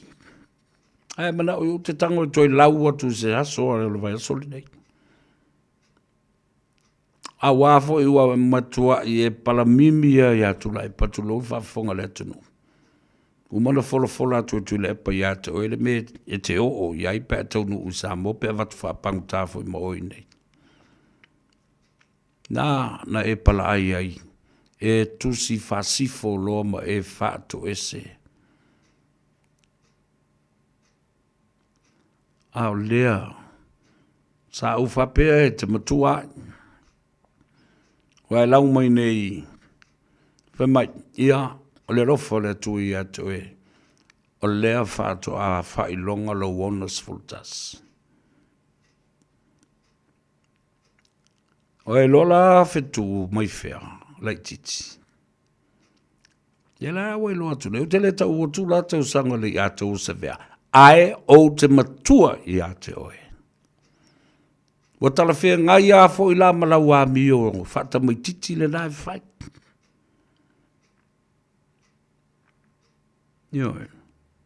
Tau tau le swafa o le atua le tama le alo mo le ngangsa. Ai te tau wha leanga i te tai o le atunu.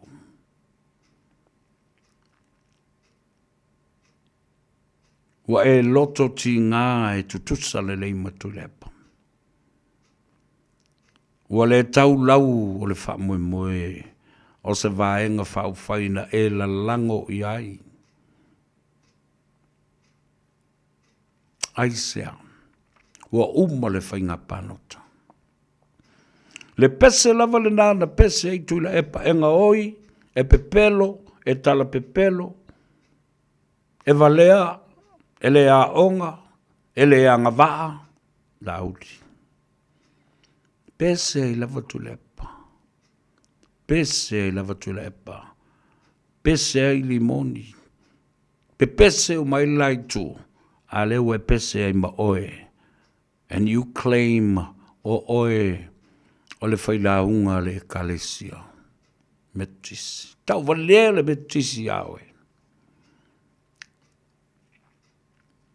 Tala sa ol tala na.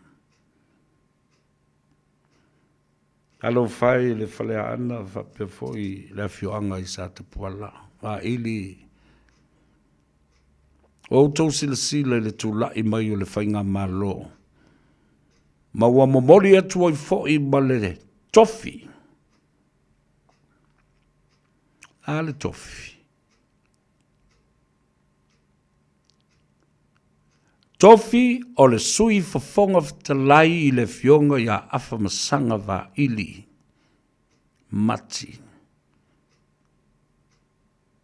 Sa avea foilo na grandfather o se fonga talai o le mauta. Ai ale vai tau o tole a pai ali.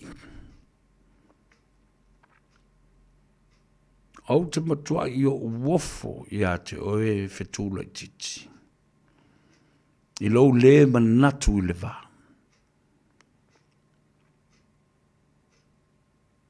Wa uma na whaaleanga la uli i le maali atoa. Ma le whainga malo nei. E li liwane. Whailo le mawhau whau. I whai whe au ma le au whai ngā luenga tu tofia le atua. Ma whetu i lātou ai maise whai whe au o le kalesia e whakasa. Au whafonga mai. Whaululunga ma pūlenga. Pūlenga le whakasa i le whanotele i malua ma le pūlenga le mea tisi. Ma le whanotele i whangaa. Au na o wafe atu. E mamoli atu i o tau lima. E tamai titi lea. Ioe. Nanga o mena le o whai ngoi nai. O mai whea whetu lai titi. A whai ai wha wau peo na e. Whaia le tūlanga māta ngā lea i le au whai ngā luenga ai maise te tai o le malo. E le nofo i ai le atau o savea. O te wha manatu i a te oe. Le mafuanga wa e sa wai e nofo ma e lafi to tonu o Samoa. Wa le mawhai e o mata ona tatali le whainga tā o le popula atu i meo lo tutupu. I lau whanau ma lau a inga. Lo to i fale. Your own backyard. I Australia. Ma o mea I e tutupu mai. E o lava. I le tape le whaife au o lau e kalesia e Capra Mata. E le tutupu fua. Tu lou lava taulangi o le fio anga. I sa te puala ma le whale ana. A inga e fia ma tapau. Ma whale o polu.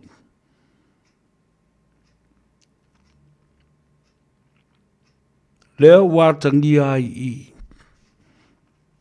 Le wha sewa le oa ina oe e le atua. Ia. Talusia I ai se tae au, e fua I se tapu, ia toi.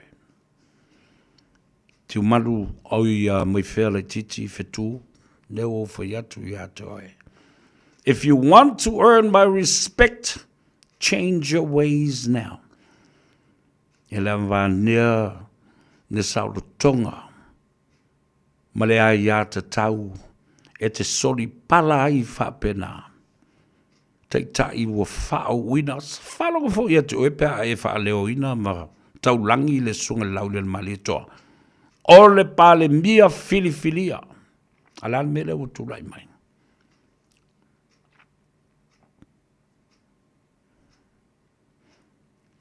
O e tala no so o le mata upu e winga. E whaia kanata tātou whātali. How many times the repetition of this statement over and over and over again. Whalongo I au miti. O whamatala au miti ma whaalinga e te maua. Lale mele na whai. Male unga o tau miti ma mea ia na tula I mai nei le whainga palota. O tau I o le au moe vavale ia ma le au whai miti ia.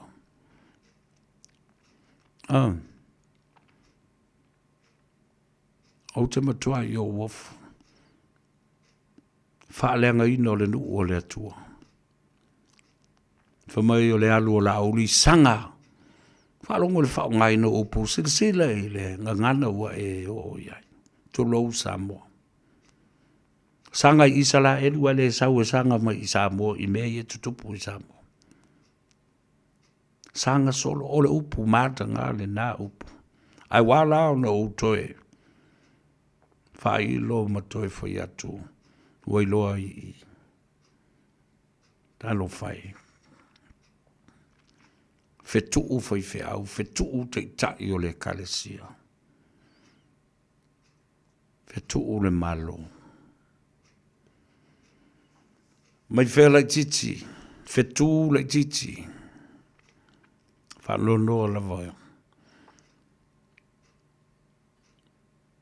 You can be somebody with a great potential in the future. Ale mea leo o whainei. Ia nā ua tautala I upu e le masani o na tautala I intangata leo e whameo ole o oe o le whailaunga whamaoni. A umana whatul tinao le ainga nofo I pea oi nā. Waile ta whanau e au ngā I a te oi lumana. Au au. Au oi le whetu mai whea. Whetu leiti. E te nofo lava I Samoa.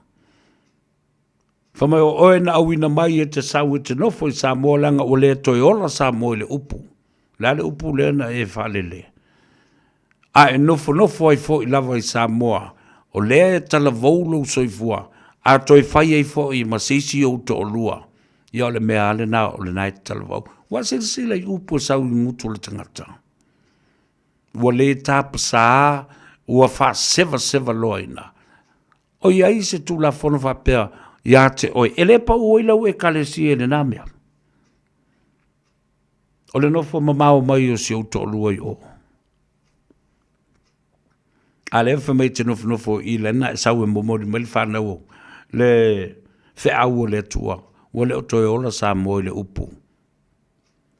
Ai a whai te nofo I pēr na o I o le nai te televou.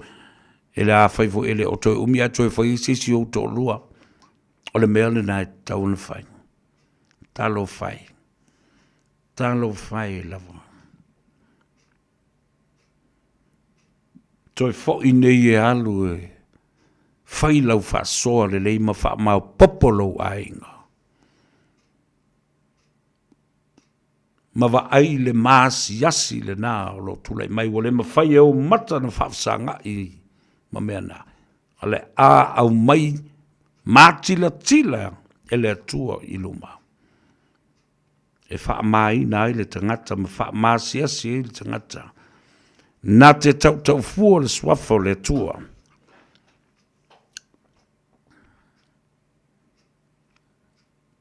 Ma le lea mi tonu. Awe e tatai foi langona o tangata. Ma fai mai, tali i le asolua o Februari. Lala o me fai le asolua o Februari. Lala o papa o fai le asolua o Februari. Ia la tava aila ia. A o ele sangata o level tau lucky. O le whāto o toa o le fionga. Waile ai ma se mea e te wha mauni ai se pepelo ma se ngaoi. Ma se pio pio o lauli. O lo o laui a so uma taimi uma. Ala fue whafonga le pūlenga o le pūle whaatonu. O le e whakasā. O lo e tua ia. Ona o le tala tu le epa. Ua o le pūlenga. Ale e whakasā ma o i o. I le ao ma malu o le malo. Tawa nau le malu le malo. E whaatea ese tu le epa. Ma le HRPP. Maana porokiki. E le lea. E le mawhai. Le mawhai le tō wha. Ma malu ma le tō wha mapo. A le pūlenga o le whaatonu. O le e whakasa. Ona o e whai se mea whapena. Tasi le nā mea tauna mōri e i oi. Wa leva na tauna loka oi. Ai o le wha toa o le fionga le pāremia. A leo wha fonga maila o fionga le pāremia. Ma lo toa le tai. Mai o le sa vali fo leo o leva na tauna o. I le asonga fua le nu. Oi. Tapuni le whaife aulau e kalesia i Australia. Whai ma le whai unga, the ultimatum that they gave you is that, wale o toi fiotu tanga te lotu se vangana, uauto o ese ma lotu. E kapra mata. E sola loa, you ran away, and you don't want to face the music and fix this problem. And that's why you ran away. E roa au. A oro no tū lo meo te whali i eima o tala le mea lea. Nei lola ia le matua onga le me e te masofa sofa. Ia. Alu e suilo walanga. Lewa whai atu le tangata. Whatau wa ai le eiso to finga i la ue kalesia. A walua i le lotu au te mo i ini. Pe a whaile te talo o te whaalongo pe a la unga la ue kopo.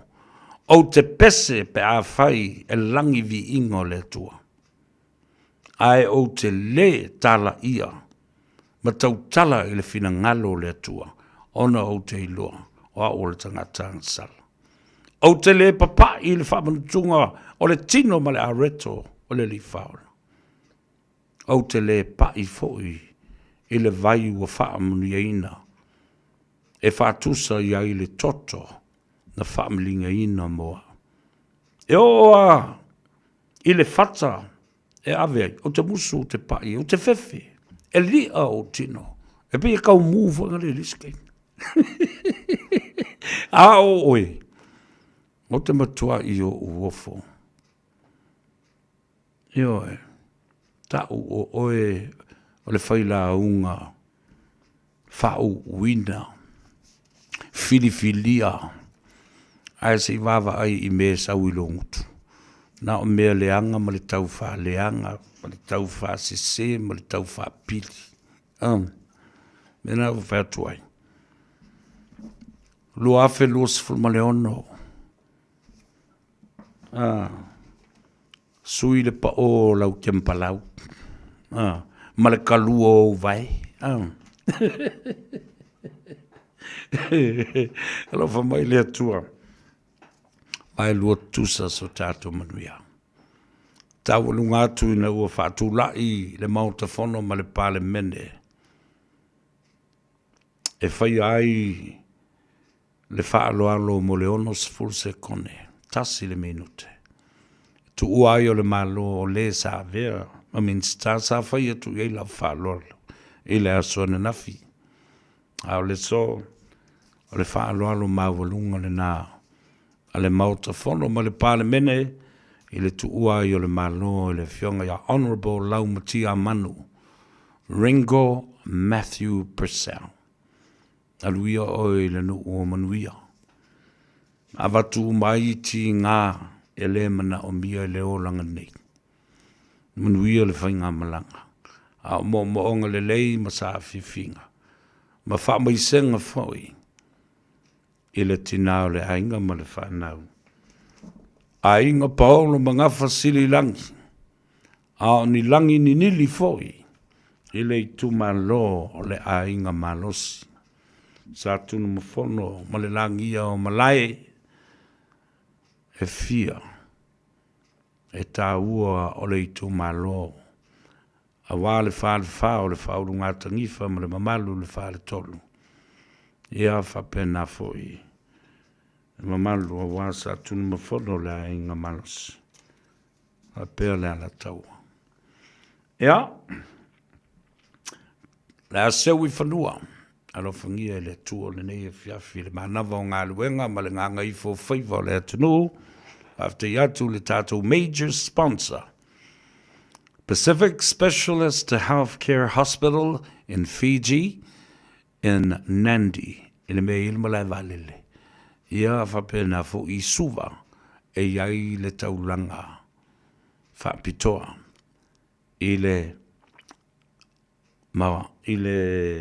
motu ma le atunu o fiti. Thank you kindly for the sponsorship, and we shall continue to work and spread the message to our people for good health in the future. Ia ma mai foi la ia lea. Wa foi o fan mai ni. E fa pito lava mo ngase ngase o tau tonga le fatu. Ma ngase ngase o tau tonga. O tonga fitinga o le ngase ngase o le kanesa. O la tatu o e tale pese le ia tau savea e fa manuia tuai i le pa ia lau tele o le atunu. E ama tatu tau ma vai ai i le so. O talanda e winga i o tātou tangata ma lātou mea sa whai. Pengi mea lelei, pengi mea whare lelei. I le nei aso. Those are the stories about our people and what they said. Whether it was good or bad, I don't know.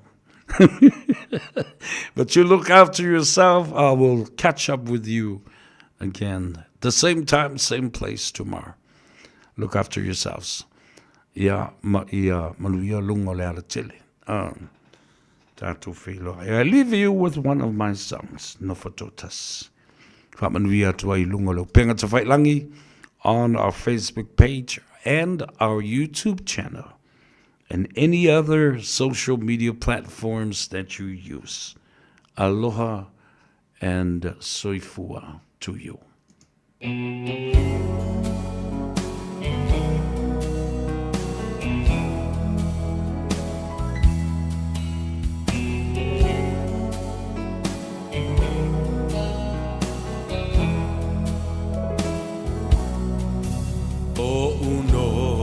Foto atasi ma fau ngai wa sau tua lasi le alo fahi mo oe wa pei o se mai awele lai se iangi mai si ole o e tafia falongo iai la upele ea o ofea o e iai Lalo langi pua o amale manunu Wa sola le la fa sulu sulu unai o foli ngai wa mo atu be ana ela salata mai se fusia uma e foi mai la upele ea wasili o eleva ai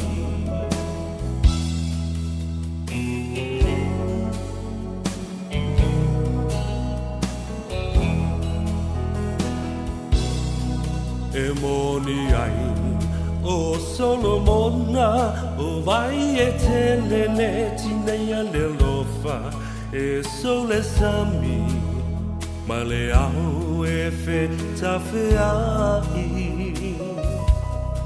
le timu ngai se ito mai wa o ngala lai le fia inu vai fai mai so tala po o a upe